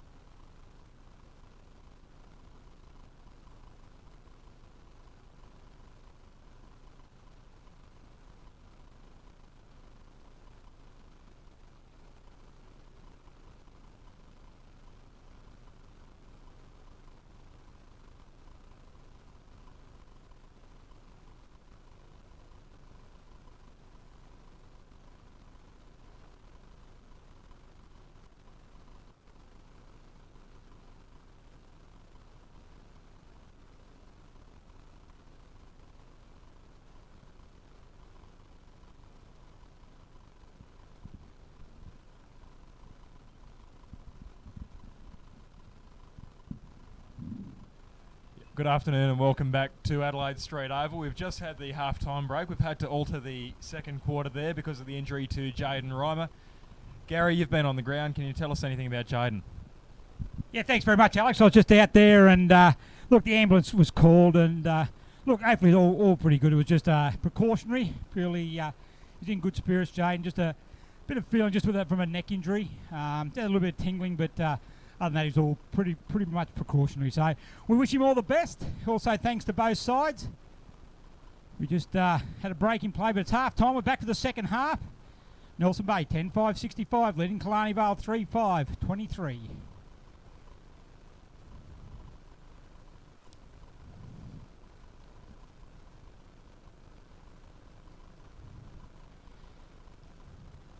We're just waiting for the start of the third quarter.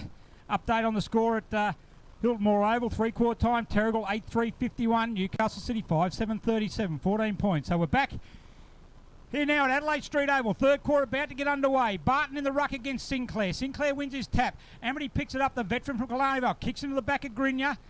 Sits up there now. Marlon's there. Grinya tackled. Play on's a call there. Going to be a ball up. Right on the centre wing. Grinya this time a little bit slow to get up in a dangerous part of the ground over there. Ruckman do battle again. Sinclair taps it straight down to his feet. And all the ascendancy towards the end of that quarter there did Nelson Bay. As Mumford, he's tackled there by Eddie, holding the ball. Good work by Jeremy Eddie. He's been a star today. So Eddie looks to go forward. Ericsson looks like he's moved forward. That is a horrible looking kick. It ends up being a barrel. We've had some barrels today. He's going to be out. Free kicks played out. Caught on there as Edwards brushes the tackle for the Bombers. He gets a kick around the corner to Carrick. Carrick has a couple of grabs, takes a chest mark on centre wing. He's got Young out here on the flank. Should take the mark. He does. Michael Young between wing and half forward. He then looks to go inboard to Sinclair. Over his head it goes and Barton takes the mark up. Turnover now and Nelson Bay Marlins goes forward. His kick's a bit ordinary as well. And Edwards takes the mark, intercepting mark. He now goes out on the far wing looking for Lewis. Up there with him is Jude. Down the front there is Simpson. Simpson on the right boot. Looks inboard there for Chaplin. Price on his hammer. Goes one more. Good use there by Chaplin. What a short kick goes out there. Come out there is Oosterhouse in front of Stewart. In front of Oosterhouse. Stewart then can't take the mark. He's over the ball there now. It's going to be out of bounds for a boundary throw in. Half forward flank. Killarney Vale's end of the ground. Just a quick update on Aaron Redhead. We got the word that with the incident before his shoulder was dislocated, but then popped back in very quickly. So that's Aaron Redhead for you, Gary. Yeah, nonetheless, so LJ, he won't be taking any further part in the game today, so we wish him a speedy recovery, and he'll be a big in for Killarney Vale next time he's back. As we see Amity with the ball, he goes forward. A fairly hacked kick forward, and it's marked there by Young there on the back flank. Just takes his time before he moves it forward. And, oh, well, that could have been a very impressive mark there. Amity again with the ball. And he's tackled. That could be holding the ball, and it's not. It is. Called there by Harrison Crook. Jews. That was Cartwright who went up high to take that mark. So this is Louis Jew. Goes on the left boot. Goes down. Ball finds vacant space. First kill the ball there is going to be Curtis for Killarney Vale. He's immediately tackled though, right on the boundary line. Goes back and picks it up a second time. They're going to bring the ball out through Edwards. Looking to handball. Where's his teammate? Couldn't find. So he shoves on the boot. Goes up high. Sinclair's a target with Eddie. At the back there is Price. Price does a dinky little handball. Sits up all right there for Grinya. Good shepherd by Grace. Allows Grinya on the left boot. Oh, good mark there. That's a great mark by Mumford. Good use of the body there. He was a bit out of position, but stuck the one claw out and was able to take a very good mark. Looking for the lead. Dan Carrow's going to provide it. He's got the lead on Young. Up he goes. Can't take the mark.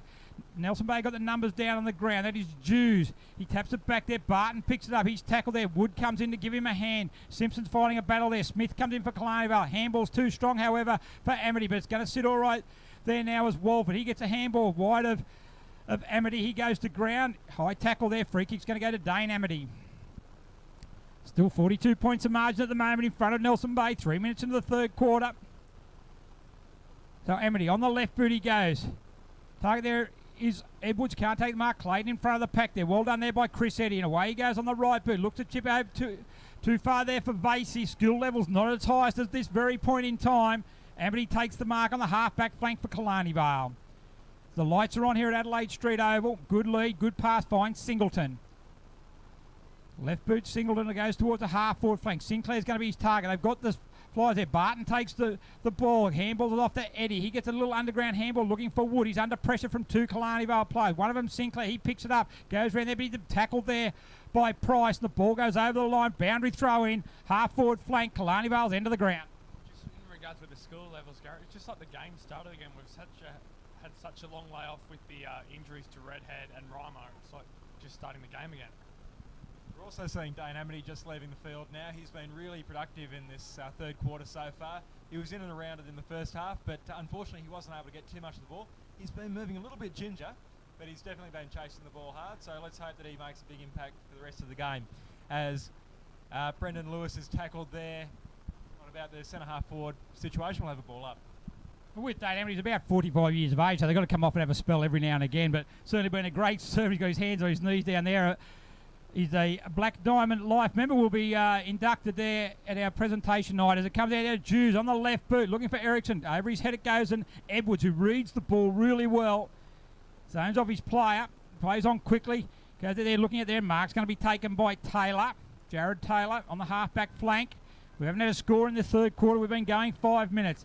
But it's Nelson Bay. They hold the 42 advantage, courtesy of a dominant first half performance. As Grinya taps the ball there, breaks the tackle, gets on. He's kick smothered, however. Goes out there, Young against Grace. A couple of veterans there. Young's going to have going there against Price, out of bounds. He's been tagged pretty well, but he's broken away a few times there. He must be in his 30s now, well and truly, but he does very well to keep going, and he always gives 100%. Handball going Killarney Vale there through Mick-Smith. Great pick up there. Handball onto Reed. Scotty Reed on the right boot. He goes. There is Eddie. Forces the ball. Chris Eddie back.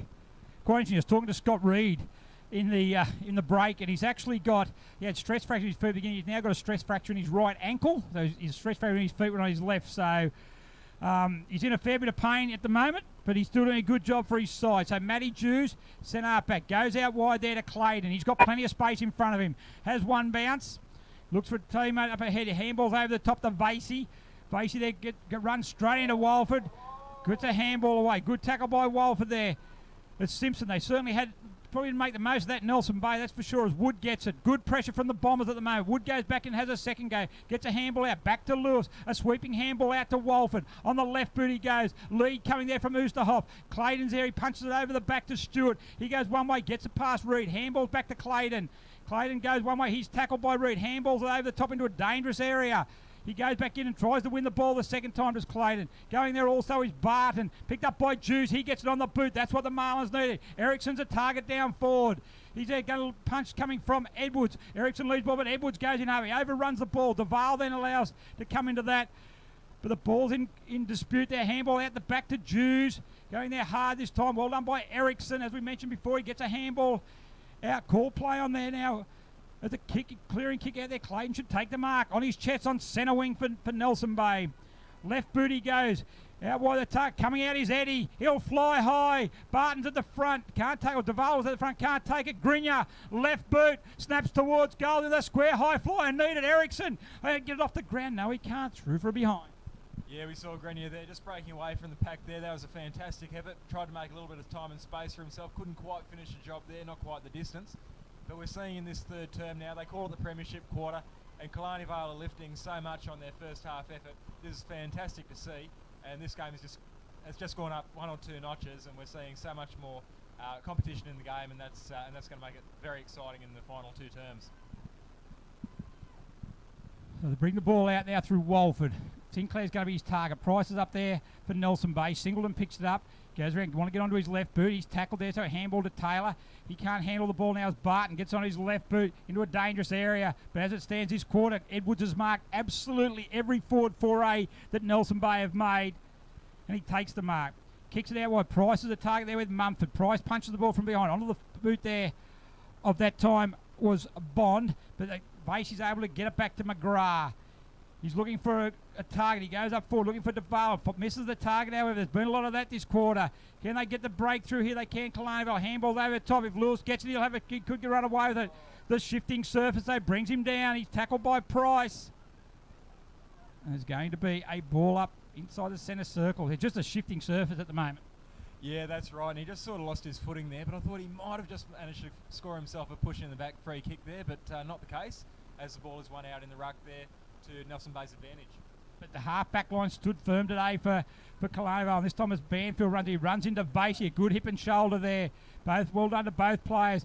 Picked up there now, Jude handball. The back it comes to Barton on his left boot. He'll go long. DeVale's his target. Once again, Edwards. I reckon that's probably half a dozen defensive marks he's made today, or this quarter actually, for Edwards. Really stopping the flow. They need to be a bit more, I suppose, just change their vision a little bit in their attack to Nelson Bay, because at the moment Edwards is zoning off and marking everything.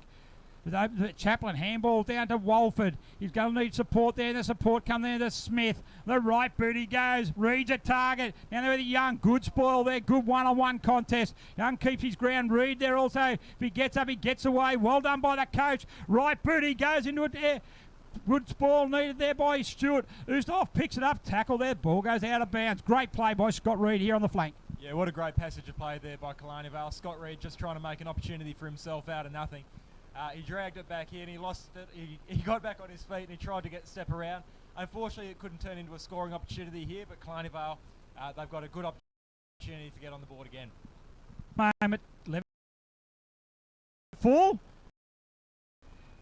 It goes against McGrath. Good opportunity here to score there, Gary. And it's going to be Chaplin. Deep in the pocket. Look at that. They've got numbers back Nelson Bay. Pretty well set up. So he's going to have a shot at goal, I think. It'll be take a very, very good kick from there. He's not going to make the distance, however. It's going to be should be spoiled through there by Price. He doesn't get that through. He does now, though, and through for behind. Yeah, maybe not the best option there. I mean, he didn't have a lot of options in his forward 50 there, but to take the chance himself, fairly unlikely shot there, Gary. Yeah, that's right. Kick goes in there to Reed. That's a short kick by Stewart, and Reed's going to take the mark. Going to take a mark. He should be in scoring distance here, Scott Reed. 30 metres out, 40 metres out. He'll probably kick from probably about 45. He'll take a good kick. We haven't seen many really good kicks. I think the surface has a little bit to do with that very shifting surface. They never feel comfortable that you've got your balance right. Important kick from the coach. They need some inspiration. Can he provide it? Comes in. Strikes the ball. Looks just like he's pulled that a bit left. Through from behind. 3 goals, 8 now for Killarney Vale. 10-6, 66, Nelson Bay.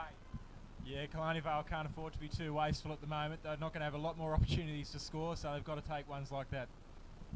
Grinya handballs to McGrath. He goes long there. Wood tries to pluck the ball from over the back. He gets it on the bounce. His kick goes in there now. Lewis can't take that one as Vase. He picks it up. This is where they've had trouble, Nelson Bay, this quarter. They can't get it past this part of the ground. They're not going to either this time as Sinclair. He picks it up, goes out wide, out of bounds on the full, however, and the resulting free kick's going to go the way of David Wood for the Marlins. Currently lead by the moment by 40 points, 10-6-66, 3-8-26. Is the Killarney Vale Bombers. Wood goes in short there to Grace. No ground gained. He goes further across there now to Price. Actually lost a bit of ground there, but they've opened up the ground. He then goes out further to Clayton. Good use of the ball there by Nelson Bay. This is the money ball there. A short kick in there. He can't take the mark, however. One of the few things he's done wrong. He thought he marked it there with Nancaro. So he handballed it back. It comes to Wilcox. Kicked the goal, the first goal of the game. He kicks it to the top of the square again. Edwards fists the ball away this time. So does Lewis. Force it through for a behind. And the margin now 41 points. Yeah, Gary, and we're seeing Edwards as one of the key reasons why the Bombers are staying in this game in this third quarter. He's had 4 or 5, maybe even more opportunities there, and he's just denied Nelson Bay at every opportunity there, knocking through for the rush behind, and that's been crucial so far. Singleton there tries to take the ball away, gets it across the Mumpet on the left boot, goes in there. Simpson takes it out of the hands of Amity, and away he goes. Reed's going to be his target. He's got a couple on Young, and no, he can't take the mark. Stewart said Reed picks it up. A sweeping handball to Ustav in the square, and the Bombers get the goal they needed. Is that the spark that they're going to get them going? Well, let's hope so. Gary has been a little bit one-sided, but this quarter it's just they've lifted it to another level. So let's hope they can keep the show on the road. Belmont 16-footer Sailing Club, located on the picturesque Lake Macquarie, Belmont 16s is one of the premier venues in the Hunter region, offering the very best in dining, promotions and entertainment. For all your latest news and promotions, visit 16s.com.au or find us on Facebook, the home of the Black Diamond AFL. Certainly took a long time coming, but Killarney Vale got their first goal since the 7-minute mark of the second quarter, and they're certainly playing much better. They got the margin back to 35 points. We've been playing 15 minutes in the third quarter. They need to get a few more back-to-back. Reed's looking dangerous up forward. Sinclair in the ruck with Barton. Barton wins a tap though, but going to come in there. This time it's Jews. Back to the Vale handball quickly on to Matt Jews. Vasey on the right boot. Edwards has marked everything down there. Ericsson. There, good pressure coming from Killarney Vale defence. Standing firm as Walford. Kick comes out there. That time by Foster, but it's intercepted by, I think it might be Eddie is out there. Stewart, can he pick it up? No, he can't. Under pressure from Carrick. Shielding away there for Walford to come through. That's Walford now who's got on the left boot. Goes short. They're looking for Young. Barton's there. Also, he gets it. He's been good today for Nelson Bay. He goes back to Grinya. Grinya's going to get on the right boot. Looks for a target inside 50. Ericsson can't take the mark there. Good spoil coming in from Banfield. Walford picks it up again. A handball goes in the Young direction. He fumbles it a couple of times there under pressure from Grinya. He keeps it in Grinya. Handballs to Eddie. Chris Eddie. Right boot. The top of the square. Brendan Lewis. Spoil coming in there from Jews. Play on's a call. He had a few grabs at it, Brendan Lewis, but he's going to get a free kick there now for a high tackle. So Brendan Lewis deep in defence for the Bombers. Chips it in short. Simpson, he's been a pretty good player today for Killarney Vale, the youngster. Right boot he goes. Amity's going to be a target. In front there, McGrath can't take the ball. Chaplin picks up. He's immediately tackled by Price. Tries to steal the ball. And we're going to have a ball up inside the centre square. Sinclair again taps it back to Amity. Uncontested ruck, but Amity draws the tackle, gets a kick to Sinclair, smothered off the boot by Price, sits for Barton. He can't take the ball. However, under pressure from Chaplin, we're going to have another ball up. The thing that I'm noticing this term is that Killarney Vale structures have improved a lot. Their backline's been much more reliable, and they've been able to rebound out of 50 really well. So that's really assisting their chances in getting themselves back into this game and creating more scoring opportunities. But certainly, they're certainly winning the battle now. I'm not sure that Joel Ericsson moved to full forward's working for Nelson Bay. I'm not sure he's a natural forward, and he just seems to be caught out of position a few times there as Carrick. He kicks it long there, but it's going to be all Nelson Bay if it sits. It goes to Vasey. He's got Grinya short if he needs to. He uses him there. Carrick, then he gets around Carrick. He's going to apply some pressure over that. Grinya shows good pace there. Has a bounce. Runs through half forward. Kicks to the top of the square. High flyer needed. High flyer there. Great mark. I think that's Jeremy Eddy, is it? I think it might be. Just wait for him to turn around. It is Jeremy Eddy. He's been a great player today for the Marlins. He's kicked, what's he kicked? He's only kicked the one goal, but certainly been everywhere, and this will be a vital goal for Nelson Bay. They've been able to reply to everything that Killarney Vale have thrown at them. So Eddie, only about 10 metres out. Strikes the ball off the boot. He's happy. Nelson Bay are happy. Restore the lead back out to 41 points. GE Industrial Solutions. GE Industrial Solutions, partnering with the mining community in the Hunter for the past 50 years, delivering safe and reliable electrical equipment and engineering services to our customers. Also proud sponsor of the BDAFL women's competition. Yeah, Jeremy Eddy kicking his third goal of the game there. That was a really good effort. I mean, pretty simple, straightforward scoring opportunity there, but he did well to get in and around to take the mark. He'd been kept pretty quiet this term so far by Killarney Vale, so it's good to see him getting back in and amongst it and getting Nelson Bay to read. So the answers, haven't they? If Nelson Bay. Nelson Bay quickly. Well, for the first time, it's taken Nelson Bay a little while to reply to that goal there. So that's the first time that Killarney Vale have been able to maintain a passage of play and hold Nelson Bay's advances off for a bit. Just unable to get those back-to-back goals. You know, when you're trailing by 7 goals, you definitely can't be going goal for goal. We've been 18 minutes gone, so it's going to be a big ask, I reckon. Just leading, you know, for the second consecutive week in a row. I think Nelson Bay going to be leading by 5 goals at least, or in excess of 30 points going the last quarter. Hopefully they get a better result as it Clayton. Good hands to Price. Left boot goes there. Ericsson's going up there. Eddie over the back. Can't take possession of the ball there. The battling hard. He does win the possession this time though. Going to get around the right boot. Kicks in the back of Banfield. He picks it up again. Under pressure from Mumford. But he keeps going and he tries to kick it off the ground and everything. Goes back to Vale with a tackle there coming on him from Nancaro. All up there. Geez, he's eating everything at the moment, Jeremy Eddy. Very, very dangerous player. Ruckman coming to Barton. Taps it back there. Well taken there by Walford. He certainly lifted his game in this third quarter. Taylor can't take the ball. Sweeping handball out to Walford again. He's going to go wide. Not going to find Singleton. Price chips in there.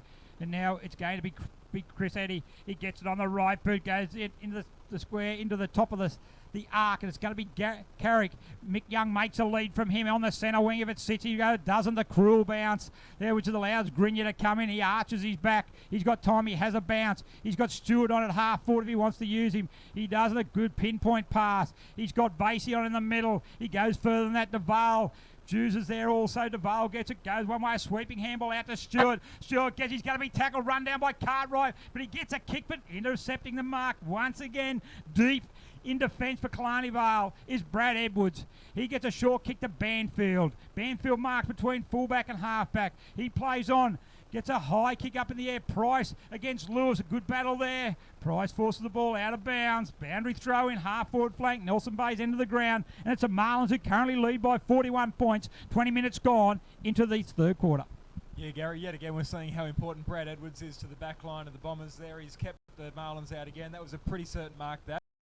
And so that is keeping them in the game for a possible late surge in the final part of the third term or in the fourth quarter. So they're now close to the boundary line again. Mumford's in there hard for Killarney Vale. Free kick, no. Going to be a ball up. Final score from Hilton Moore Oval. Newcastle City's unbeaten start to the season has come to an end.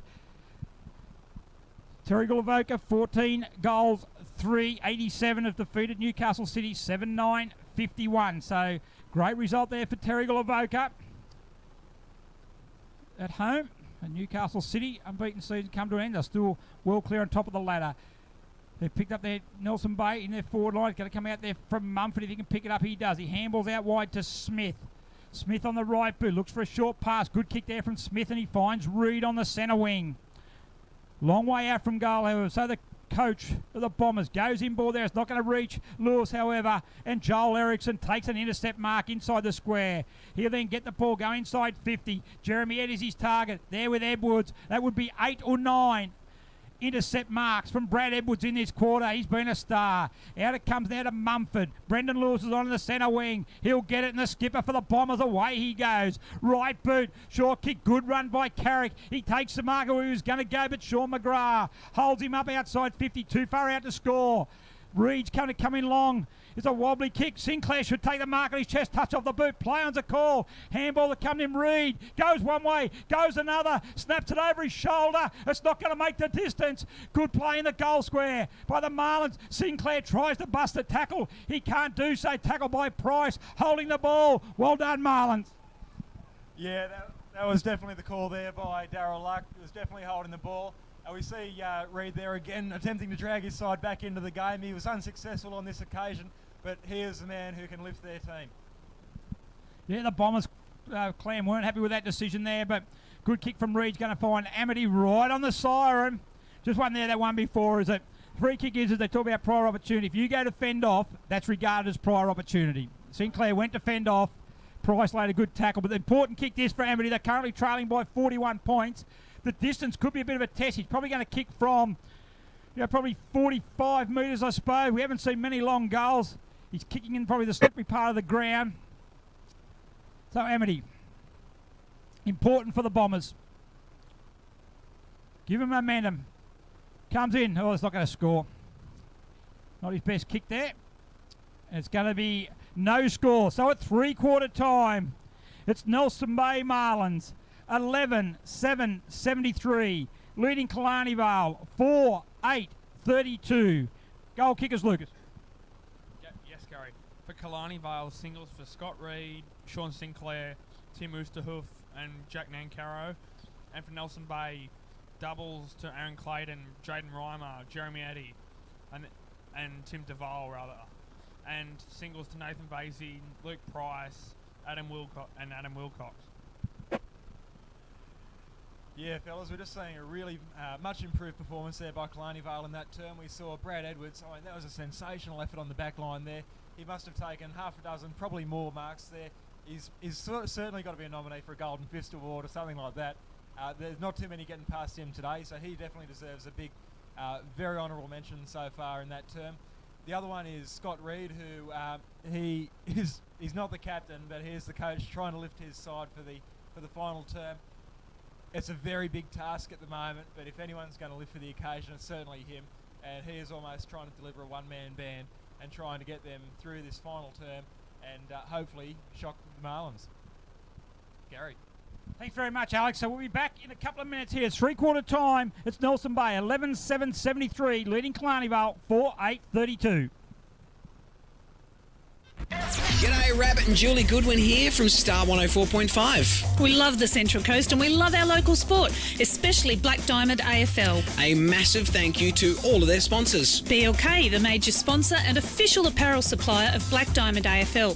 BLK, beyond limits known. Belmont 16-Footers Sailing Club, offering the very best in dining, promotions and entertainment. GE Industrial Solutions, delivering safe and reliable electrical equipment and engineering services to our customers for the past 50 years. Wilson Security, Australia's largest and most innovative security provider. Pullman Magenta Shores Resort, an exceptional 5-star resort set on 52 acres on the New South Wales Central Coast. Prime 7 coverage includes 4 games every round on 7 Mate, including Friday and Saturday nights and Sunday afternoon. Star 104.5, the home of Rabbit and Julie Goodwin, playing more music variety. The Entertainment Grounds, one of the Central Coast's premier events locations. Sports Coast Trophy and Embroidery, the leading supplier of trophies and embroidery on the Central Coast. And Subway Morisset. Subway, eat fresh. And remember to tune in to our Brekkie Show 6 till 9 weekdays on Star 104.5.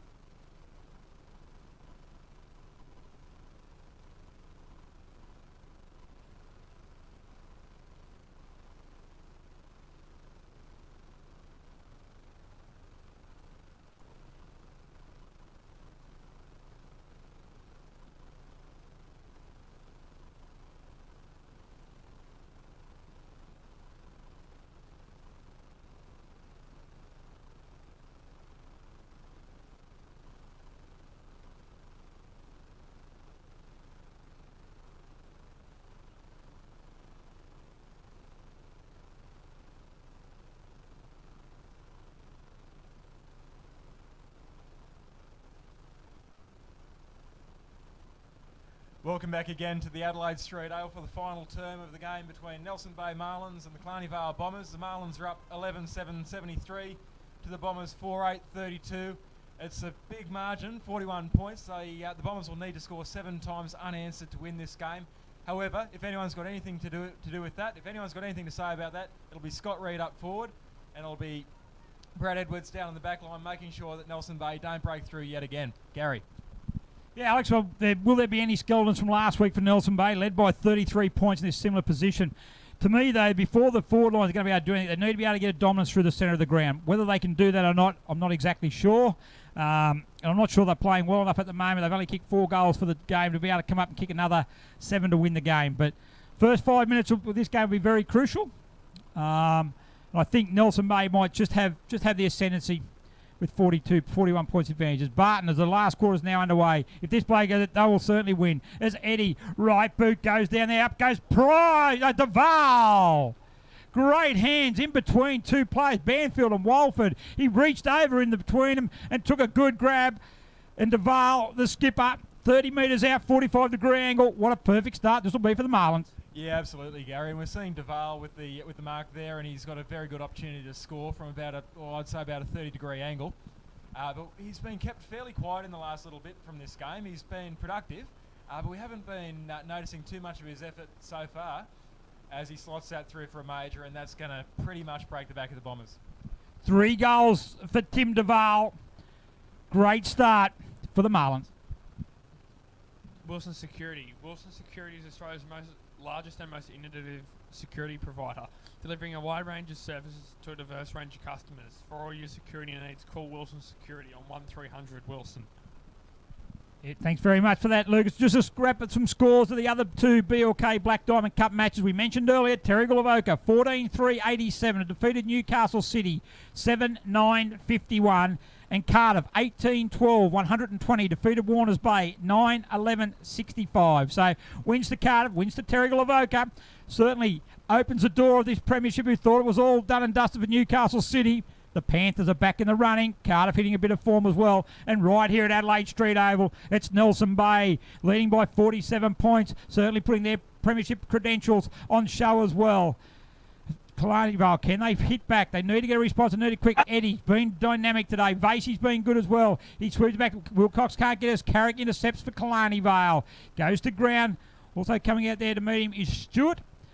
And there's going to be a ball up. In between the centre and half forward. Killarney Vale's end of the ground. Need to get quick goals to the Bombers. Sinclair taps it out the back there. Chaplin picks it up. Wood smothers the ball. Greenyer back, it gets out of Wood. Wood on the left boot. Looks in there. Can't find Juice. Can't take the mark in front of his place. That's Matt Juice. He gets it hurriedly into Clayton. Clayton in front of Foster. Takes the mark. He's going to line up now for goals. 40 metres out. Directly in front. Yeah, I'd say he's going to slot this one through without too much sweat. And this is going to make it almost impossible for the Bombers to come back.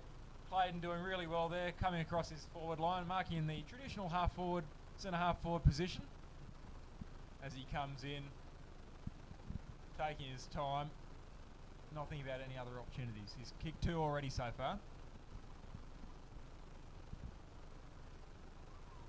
And that's a good ball drop, that's a good kick, and that's just a good goal.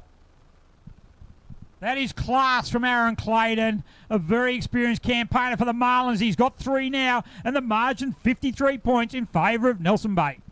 Pullman Magenta Shores Resort. Pullman Magenta Shores Resort is an exceptional 5-star resort set on 52 acres on the New South Wales Central Coast. Nestled between the pristine waters of the Pacific Ocean, Tuggerah Lakes, and surrounded by a national park. This resort has been designed to complement its spectacular location. Yes, Pullman Magenta Shores, great place to be, great place to play golf. Play golf, the wife can go and play, wife or girlfriend can have the spa. Really enjoys, very good resort. As Lewis on the right boot, he goes out towards centre wing. As Stewart's a little slow to get up in the centre of the ground. Price picks it up now, goes back to Stewart. Jews makes a lead, sits up there, which allows Cartwright to come in for the Bombers. He spoils it, keeps his feet. Well done, Daniel Cartwright. Right boot he goes, reads his target. Young with him, up goes Reed. Can't take the mark, but he recovers the best. The right boot swings it out right. Banfield's there, can't get there and through from behind. 4 goals, 9. Killarney Vale, 13-7-85. Nelson Bay, 4 minutes gone, final term. Nelson Bay all in control here at the moment. McGrath. He's going to bring the ball into play. Goes out the far side of the ground. Outside 50. They're putting his hand up. Take the mark there. Was Kendrick. Out of bounds for a boundary throw in. As Walford's coming from off the ground for Killarney Vale. So Grinya back on the ground for Nelson Bay. Barely taxing on the play at the moment, shifting surface. Lewis now against Jews. Brendan Lewis reads the ball the best. He gets the ball now, goes to the centre of the ground looking for Foster. Foster takes the mark. And the half-back gets a lead there coming there from Chaplin. A late inclusion, Nathan Chaplin. Goes off the right boot. Sinclair, it's going to be his target, been well held today. Has Bryce Singleton. We're going to have another boundary throw. Plenty of boundary throws today. We just mentioned Nathan Chaplin was a late in. Rick White was going to make his return to football today for Killarney Vale. Unfortunately, work commitments to this morning prevented him from doing so. So from the Bombers' sake and for football in the region, we hope that Rick White's back on the paddock playing sooner rather than later. There's a scrum erupts there as Young picks it up. His kick smothered by Eddie. He's doing everything. Moment, quick handball. Out comes to Price. He's also been very good for the Marlins. Left boot to Vale from behind. He has to punch the ball from Edwards. He's going to be the first the ball there. Keeps up. Clayton's in there. Danger here. The Marlins gets it back to Ericsson. A quick handball there to Vale. He puts it on the boot and kicks it further away from goal. It's a race. Who's got the pace? The Vale's going to be there first. No, Lewis is going to be there first. They both go to ground. Keep the ball right in front of us here in the broadcast area. We're going to have a ball up. Just reminding those who may have just tuned into, the game was held up for around 20 minutes just before half time with an injury to Jaden Reimer, which required an ambulance to be called. The Nelson Bay youngster had just had a bit of a neck injury, felt some pins and needles after a knock to the head region. So all precautions was taken. He's been taken by ambulance to Gosford Hospital, but like I said, it was a precaution. We haven't heard anything further at this stage. Yeah, but of course, Gary, all best wishes to Jaden. He's a very bright young player, and it'd be a huge loss to the BDAFL until he's returning. Certainly will be. He's really had a good start to the game today. He kicked 2 goals also. So we wish him a speedy recovery. And also to Killarney Vale youngster Aaron Red, who went off with a shoulder injury also. So he'd be out of this game also. And maybe have a little bit of expended time on the sideline. As Lewis, target's going to be there. He's single and Price seems to be everywhere he goes. Stewart punches that ball out there. Price is going to pick up. Goes to fend off. There is Oosterhoff out of bounds. Boundary throw in. Right in front of the broadcast box there. Had a good game as Price. So are the Jew boys. They've certainly dominated this game. Nelson Bay pretty well much from the outset.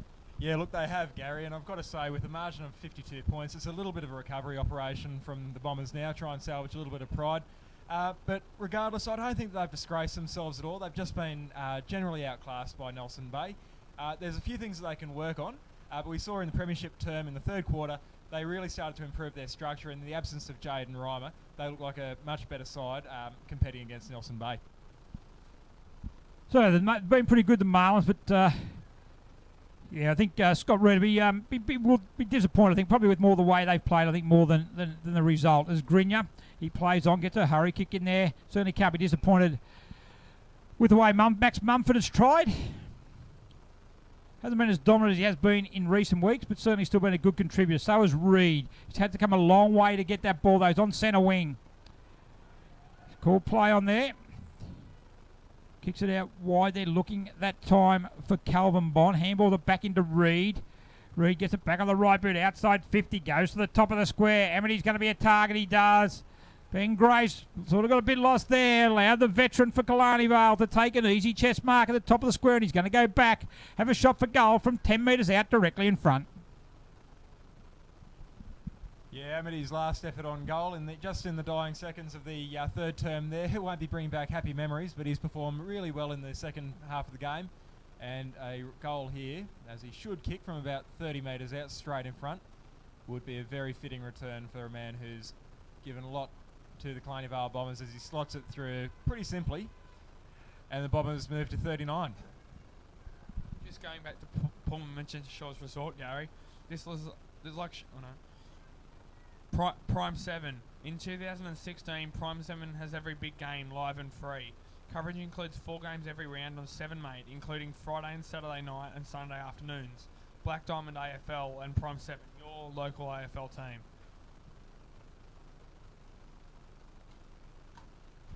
Thanks very much for that, Lucas. Good shout out there. Prime 7 certainly do a good job for us as well. So a good goal there by Amity. And an important one for the Bombers. 10 minutes gone, final quarter. 46 points margin. Anyone give the Bombers a chance? No, realistically I don't, Gary, but I still think that the Bombers can come back for the rest of the game, score maybe another 20 points if they can, and take a little bit more from the game than they otherwise would have. What about you, Lucas? I reckon you'd be backing them, wouldn't you? No, I don't think so, Gary. Bad money, that's all it is Barton kicks it up there. They're going to go inside 50. They've dominated the clearance today. Hits on the back there of Nan Carroll. Kicked a fantastic goal in the third quarter from out the boundary. Now he's deep in defence. Barton goes straight through. He picks it up. Handballs it off to Eddie. Left boots. Unselfish play. Back towards Stewart. He can't take the mark. Offhand it was from Nan Carroll. Got it first. Goes out the back. Who's going to pick it up? Vasey picks it up. Gets the arms free. Looks to handball it off to Jews. Sinclair picks it up. He gets a handball to Simpson. But going in there now is Grinya. He's been very good as well for Nelson. He snaps back and goal! Eddie takes the mark. Who else? He's taken a mark there. I think he had a take. I think it wasn't going to go through. I think it was going to hit the post. But Jeremy Eddie, he's kicked 2 goals today. He's kicked 3 goals today in what has been a dominant performance from Jeremy Eddie. Yeah, look, he's been absolutely dominant today. He's been an absolute star. I'd say that he's been probably the best performer for Nelson Bay today. And if he continues for the rest of the game like this, he could end up finishing with a bag of goals. Lucas. No, Lucas has brushed you off as well, mate. Star 104.5 plays the music we all love and proudly supports the Black Diamond AFL. We do love Star 104.5. Great music, great to have them on board. They've been on board now for 11 years, so all the years, or maybe a bit longer than that actually. Ever since Star come on the Central Coast, they've been part of the Black Diamond AFL, so we really appreciate their support. And plenty of support for Nelson Bay as well now. There's Oosterhoff against Barton. Oosterhoff, one of his rare tap wins today. Barton has certainly been dominant in that area. The only one who's really quelled his dominance has been Scott Reed when he went in there, but a free kick going to go the way there of Eddie. I don't think he had it actually. I think it was a call. It's good intercept mark there by Mick Foster. Wing and half forward goes in short. They're looking for Amity, but chipping off there is Clayton. So Aaron Clayton, the Marlins, he's going to swing it out wide. David Wood, he's been a good player. Probably one of David Wood's better game for the year today. A real good link man from defence. He'll do well to get around Young, so he has to go on the left boot. In there, Ericsson's going to be his tail. Good mark taken there by Nancaro. Jack Nancaro, fantastic mark against Joel Ericsson. On the left boot, he's going to go long. Where's his target going to be? Walford makes the lead, but I think the boundary line will be too close. And we'll have a boundary throw in centre wing. Nelson Bay Marlins will consolidate their spot in the top 4. In fact, will actually take them a game clear now of Warners Bay and a bit of percentage. So, all equally very, very important game with 6 games to go before the finals, and sets up a big clash next week when Nelson Bay and Warners Bay do battle at Feehan Park. Killarney Vale, they will be back here, take on Newcastle City, fresh from their defeat, so they'll be certainly looking for a bit of revenge there. But Simpson being good for the Bombers today. That's a nice kick. Reid at the back. Good mark, Scott Reid. Good play by Ben Simpson. Yeah, and Scott Reid's going to slot this one through, no worries, and that's a fitting return for a man who has pretty much been the single-man nucleus of the Killarney Vale Bombers today. He's been playing pretty much on one leg today, so he's performed extremely well as he goes back and slots it through without any sweat at all. The Entertainment Grounds Central Coast. The Entertainment Grounds has quickly established itself as the premier events location on the Central Coast. The Entertainment Grounds is an indoor and outdoor multi-purpose community facility for functions, events, festivals, weddings, exhibitions, as well as horse racing. Yeah, we're seeing Scott Reid today. He's established himself as a bit of a utility around the ground. He's been very productive. He's really had no dull moments in the game. He hasn't always been able to make it all happen, because he's had a bit of a lack of support from the rest of his team. But I would hope, especially with that goal there, that he's in the reckoning for 1 or 2 votes from the umpires today, Gary. Yeah, that's a decent goal. I don't know if I would have him in the best 3 players on the ground. I certainly wouldn't have thought he'd be there. He's been very, very productive. I think there's probably I thought if you're looking for Killarney, I think you go through Edwards or somewhere around there. I think would be their better players. But I'm not sure. I reckon at the moment, though, if I was giving 3 to 1, I'd be having them all Nelson Bay. I think they've dominated the game. They've certainly had the best 3 players on the ground. And I'll be looking around Eddie, Grinya, even Price, Barton in the ruck. And Vasey, they're the ones who I think have been the better players. But Simpson's certainly been a good player. He takes the mark on centre wing. Amity makes a lead. A good kick in there looking for him. Can't take the mark under pressure that time from Grace. Go back there. Pick up. Kendrick handball comes now for Amity for Killarney Vale. Goes to ground under pressure there that time from McGrath, is it? Certainly getting a bit dark. The lights haven't really taken full effect as yet. Once again, the late finish, we mentioned the game had to be halted for 20 minutes whilst we were whilst Jade and Reimer unfortunately had to be escorted to hospital by ambulance, but for precautionary for a neck injury. As Banfield tries to get the ball out for Killarney Vale, under pressure once again from Nelson Bay. They've just been tenacious all day. Going to be a ball up, top of the 50-metre arc for Killarney Vale. Their end of the ground. 3 goals to 2 in this quarter. Ruckman do battle again. Barton dominant there. Goes to Grinya, who's been equally as good. Handball out in the direction there of Jude. Both the Jude boys are also with. That's Louis Jude. Picked up there. Hurry kick onto his right boot. Sorry, it might have been Matt Juice. Comes out there to Edwards. Intercepts it again. On the right boot he goes. Kick's only going to find Grinya. He'll play him quickly. He's got Clayton on the top of the square. Will the ball make it under pressure there? He does there. Good try there by Curtis, but Clayton plays on. He's got DeVale on his own. Not the best kick. It should sit. DeVale handballs in for misses Clayton. Goes back to DeVale. DeVale's got Stewart. Good running for the defender. Kicks it to the top of the square. Jeremy Eddy. Him against Lewis. Good battle. Pushes him off the ball. Off the right boot. Through for a behind.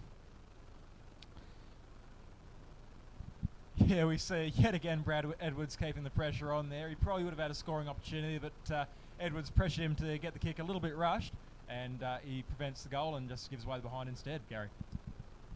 Very good Edwards. Short kick that time finds Mumford. Max Mumford. Goes out to the far side of the ground. Walford makes the lead. He's been pretty good, especially in the second half, but Stewart read the ball better. Takes the mark, gets a kick coming in there. DeVale up against, Max Mumford just stood there. Wasn't the talk, and DeVale's able to come over the top, chip in and take a mark. And Tim DeVale's going to go back and have a shot on goal. He's kicked 3. He's been very, very good, the skipper, at centre half forward. He's given him a target, hit the scoreboard, and certainly been very, very creative. Yeah, and at times inconspicuous as well, Gary. He's been those 3 goals. They've been very impressive goals, but a lot of the time he's sort of popped up out of nowhere. But you cannot leave Tim DeVale unattended. He just managed to come up to that pack mark there and take it fairly much uncontested. And now he's a very good thing for a goal here. Not quite the distance there as it's spoiled down to the ground. And Killarney Vale try and knock it through for a comedy of errors rush behind.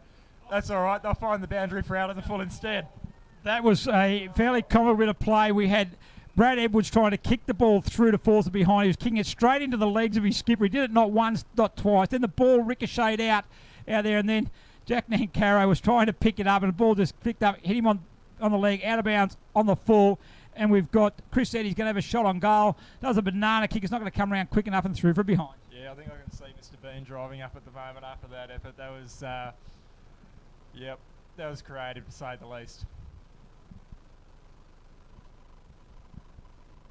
So we mentioned, next week we've got Terrigal Avoca at home to Cardiff, Killarney Vale at home to Newcastle City, and we've got Warners Bay at home to Nelson Bay. But our commentary next week will be from number 1 Sports Ground. A big day on the Black Diamond AFL calendar is women's round. So we will have all 5 women's matches next week broadcast live, commencing from 9 o'clock. So a big day next week for the women, also for the Black Diamond AFL. So Wood on the left boot, he goes, finds Grinya. They've used the ball really well. He now comes inboard, handball it back to Vasey. He gets a quick kick, good vision. He finds Clayton, who's pretty well been unmarked most of the second half. He then very laconically gets it on the right boot and finds Matt Jews. 2 kicks out from goal. The Vale makes a lead. He goes out there. Mumford puts him under the pressure. High tackle there, high contact. Free kick's going to go to the Vale. Didn't agree with that one, Alex? Yeah, no, I don't think I do agree with the umpire on that one. I think that was pretty harsh. I think that was just a bit of a contest there. Nevertheless, Vale goes back for what could be his 4th goal of the day from a pretty tight angle, Gary. Yeah, he just had a shot a minute ago. Didn't quite make the distance. Price is now moving down there, but this is the other thing is they've just allowed Price just to run in. He's one of the best contested high marks in the game and virtually allowed to run uncontested. And if the ball sits the square, he's going to get a free run at it. And there it is. There's his run at it. All right to the line. Through for touch, through for behind. So you just can't afford to do it. You've got to be better aware of what the players are. And like I said, Luke Price, one of the best contested marks in the competition, so you can't allow him to run unattended through the forward line. As Simpson looks in there to Reed. Very good mark there by Reed. As you mentioned, he's been very good. I have to agree. He goes short there to Lewis. Also been pretty good for the Bombers, as he is every week. Doesn't play too many bad games as Brendan Lewis. He goes wide now, Lewis to Nancaro. He held up in the halfback. Barton there did well to man the mark. Walford calls for the inboard. Nancaro's looking a bit further. He's going to end up going to Walford, though. So he goes over Walford to Simpson. He can't take the mark, however, which is going to open the door for Vasey. Going there hard also in there is Calvin Bond. Back to Sinclair. He tries to force his way through. Gets it out there now as Oosterhoff can't pick it up, the big fella. Too far down for him. Sinclair gets it. Quick handball out to Nancaro. A quick kick to Reed. Reed then on the right boot, swings around looking for Walford. He can't take the mark there, so it sits up and Stewart attacks the ball like he always does. He then shovels a handball out to McGrath. The coach has been very good in his return. Wilcox, not his best kick there, although he got the game off to a good start. He kicked the first goal of the game with a better kick than that, however, but we are deep into the last quarter. 21 minutes, in fact. And it's Nelson Bay, 14-10-94. They're going to get the 4 points. They lead Killarney Vale 6-9-45. Oosterhoff wins his tap. Amity kicks the ball off the ground. McGrath's there, though, patrolling across half-back. He brings a barrel out. He loves the barrels. And Eddie, he loves the football because he's had plenty of it. Vale makes the lead. He goes longer. Ericsson's going to be his target there with Sinclair. Sinclair got a vital hand to it. He goes back there. Now it's Curtis. Puts a Shepherd on, but kick there. Hurrett under pressure. Sinclair finds Nathan Vasey. Been very good again, Vasey. Especially early on when the game was in the balance. Price, also very good. The good players have played well for Nelson Bay. Eddie, this is Chris Eddie. He's got Stewart who's made the run for it. He goes further down there and finds Matt Jews. Clayton makes a lead. Once again, he's got Carrick's about 4 or 5 metres behind him. Very stagnant forward line now, so he goes back there now to McGrath. Holding onto the ball there. Got Wood free now. If he uses Wood, he can go back further to Jews. That probably wasn't the way that I think the coach wanted that to work out. He kicked the ball virtually on the ground. They're going to turn it over here, there now, but Banfield, he overruns the ball. McGrath goes in and picks up a sweeping handball to Stewart. He taps it back there to Vasey. He's immediately tackle. Good tackle, but he's strong enough to get the handball out. But they're able to bring the ball back. I was slipping it. The inopportune there time was Simpson, but the free kick's going to go back, and it's going to go to Vasey for Nelson Bay. Goes out wide. They just patrolled out that far side there. Matt Jews just about been unattended that far side. They've used the ground very well, Nelson Bay. They've actually been able to use the spread. Here we're going to go back here again. I would have thought they'd be better going forward. Yeah, well, as you said, Gary, they're using the ground pretty well. They've got good spatial awareness at the moment. We're seeing a few instances where they've chipped the ball across from one wing to the other via the centre. And I mean, that just shows that they're not going to be rushing their options in a mad scramble to go forward. They're taking their time. That was a bit of a hack off the boot there. So maybe they would have done well to keep going with their structure as it was. It's going to be a ball up at centre half forward. Yes, they worked the ball back and forth, and we got a scrappy kick into the forward line. So 30 metres out from goal. It is late in the game. We will give them a bit of leeway, and certainly very slippery there. Ustav couldn't get footing there as it goes back to Lewis. Lewis on the right boot. But sitting there now is Grenier, and he is just patrolled out there. He's been fantastic in his return. He's so vital to Nelson Bay. He goes in short to Vale, up against Sinclair. Good use of the body by Sinclair. Forces Vale under the ball. Keeping his feet. That time was Nancaro. He overruns it, however. Chris Eddy picks it up. Also in there is Vale. Some tired players out there at the moment. Scott Reed. He's still working hard for the Bombers. And we're going to have a ball up inside the centre square. Nelson Bay's end of the ground. They're going to get the 4 points we mentioned earlier. And over the top there from Oosterhout, punch there to Max Mumford. Killarney Vale looking for some last scoreboard improvement. As his kick finds Lewis, he plays on. Right boot and a half forward, but chipping in there is Chris Eddy. He's been good and he plays on. Gets around Cartwright on the left boot he goes. And once again, they're just out there on their own, all of them. And Clayton spoiled this time by Sinclair. And out of bounds for a boundary throw-in. Yeah, we mentioned some good work by Chris Eddy there. He's just been a little bit outshined by his brother today. His twin brother, I believe he is, Gary. So both the Eddy boys getting really in amongst it today. They certainly have, and that's the thing I can say about Nelson Bay. Their good players have been good today, and that is a really barometer from them. Their depth we mentioned is probably not as strong as the other side, but their top end talent is certainly as good as anyone. But they need them playing well all time. Yeah, and we saw Jaden Reimer, I should say, was already filling a gap by playing up forward today. When he went down injured today, there was a little bit of time when Nelson Bay were a little bit vulnerable to Killarney Vale. However, the Eddy boys and the rest of the side, Vasey, Price, they've all filled the gap really well. And filling the gap has been a great team effort as Eddy yet again disposes of the ball into the forward line. Certainly done better than fill the gaps as Jeremy Eddy's been very good, and Reid takes another mark there for Killarney Vale. He's been exceptional as Jeremy Eddy, hitting the scoreboard, picking up numerous possessions, and certainly be very happy with. It's not only his game; it's the year he's having. He's had a fantastic year as Grinya. He's been superb also for Nelson Bay. Eddy again makes the lead. Mick Smith chasing there, sits up there. This should be an easy mark for Mumford. He drops it, however. Lewis then picks it up. They've got the numbers, should be able to clear it out there as Carrick. Handball's inboard, hits the ground from Simpson. Then ricochets off his boot as Eddy gets it. He's tackled. No prior opportunity there, and there's going to be a ball up. Almost the end of the game here. It's going to be Nelson Bay. Their coach Sean McGrath is going to be happy. It's going to be a happy bus trip back to Nelson Bay tonight for the Marlins. Well entrenched now inside the top four. They're going to be 4 points of percentage in front of Warners Bay. As Ustav kicks it up there. All landers. There's a siren sounds to end the game here at Adelaide Street Oval. And it's Nelson Bay 14-10-94 have defeated Killarney Vale 6-9-45. Goal kickers, Luke. For Killarney Vale, Gary, got 2 goals to Scott Reid, singles for Dane Amity, Sean Sinclair, Tim Oosterhoff, Jack Nankara, and for Nelson Bay, 3 goals to Tim Duval, Aaron Clayton, and Jeremy Eddy, and 2 goals to Shaden Reimer, and singles to Nathan Vasey, Luke Price, and Adam Wilcox, Gary. Thanks very much, Lucas. So, Alex, Nelson Bay certainly had control of the game right from the outset. Yeah, look, they were the better side. I mean, I tipped that the Bombers would make more of a fist of that than they did. They did have a couple of late withdrawals, and that's really messed about with their game plan a bit. However, it's a little bit hard to make a lot of the Bombers today because they seemed a little bit lethargic at the football at times. The Marlins were always superior to the ball. Their marking was better. They created better delivery opportunities. Their scoring opportunities were better. They outclassed the Bombers in every facet of the game. However, it's really hard to say that is the best that the Bombers can offer. So as far as going forward, I think the Bombers can lift. But we've seen that the Marlins are capable of very, very impressive things this season. Yeah, look, I certainly agree.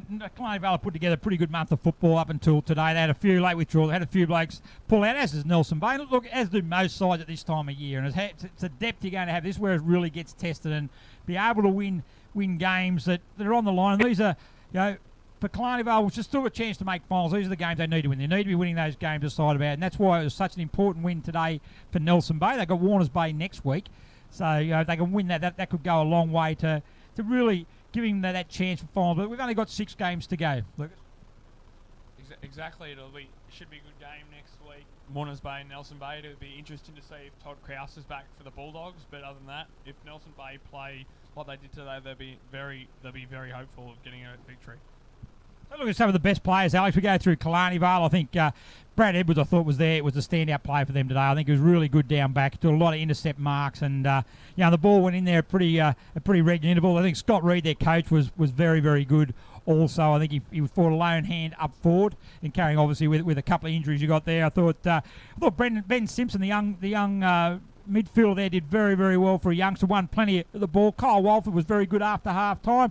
A little slow early in the first quarter. And Brendan Lewis, he very rarely plays a bad game, does Brendan Lewis. And I thought Max Mumford was also pretty serviceable. But go on the other side there, I think you look at Nelson Bay. Jeremy Eddy was obviously a standard, but you look at their good players were good. You go down the list there, you had Vasey, you had Grinya, Price, Stewart, Vale. They all had very good games. Joel Erickson in the first half was good. Clayton, he just never misses out really. David Wood was probably had his best game here. Well, Chris Eddy. Billy Barton in the ruck, he dominated the ruck. He certainly had the better of Tim Oosterhoff in the ruck there. I think he had a really good influence. I thought that both the Jews boys were also very, very good. What do you think? Yeah, look, I think that it was just a very complete performance by Nelson Bay, where you could probably be a little bit disappointed by Killarney Vale for them being too reliant on Edwards and Reid. You can really be impressed by Nelson Bay's really complete performance across the field. We saw Dylan Stewart, he really lifted for the game today. He kept the redhead pretty quiet in the first term. We also saw, of course, Jeremy Eddy, who for me is the standout player on the field today. Chris Eddy was also very good. Price and Vasey impressed me a lot. And so we're seeing the top tier of Nelson Bay really rising to the occasion, and they've got to get a lot of credit for their performance today. Certainly agree with that, Alex. And we got the Subway Morris, their player. I don't think you can go past. We mentioned Jeremy Eddy. I think was a standout player. And I think for the Dachshund House, I think we had a lot of contributors. We had the Luke Price snap over the goal there. We had the Nathan Vager snap. But I don't think you can go past the one from Jack Nancaro out here deep on the boundary line. The Luke Price one, a lot of luck kicking it over your head there. But that's a proper football. He ran around on the boundary line, the left boot. I called him. I thought he was actually in the over the fence. That's how wide he was, and was able to swing that ball back. So I would give the Dachshund House play of the day to Jack Nancaro with the Subway Morris play of the day, Jeremy Eddy. Yeah, I completely agree with that, Gary. I mean, especially into space for himself, and what could have been a goal that got the Bombers back in the game early on. Fantastic. So just quickly, there before we finish up, we'll quickly run through the results of the winners of the other games. In the Black Diamond Cup, Terrigal of Oga defeated Newcastle City. Cardiff defeated Warners Bay. Nelson Bay defeated Killarney Vale. In the first division, winners were Gosford, Maitland, Warners Bay, Singleton, Newcastle City. In second division was Terrigal of Oka, Newcastle City, Nelson Bay, the entrance Baddo Bay and Muswellbrook. And in the women, it was Gosford, Cardiff, Newcastle City, Lake Macquarie and Nelson Bay. So, look, a fantastic day of football. Late finish here. We wish Jaden Reimer all the best. I'm sure it'll be fine. Next week, we're at Number One Sports Ground for the women's round. All 5 women's matches will be broadcast live through Bar TV. It's a fantastic day on our calendar, so make sure you tune in for that. But from Adelaide Street Oval, Lucas, thanks very much for your contribution today. Always great company with you guys here, Gary. Great day. Alex, once again, mate, doing a sterling job, mate, so thank you for your contribution today. Pleasure to be here, Gary. To all the crew from Bar TV, the best in the business, we thank them today. And I'm Gary Birkinshaw from Adelaide Street Oval, signing off, and see you next week.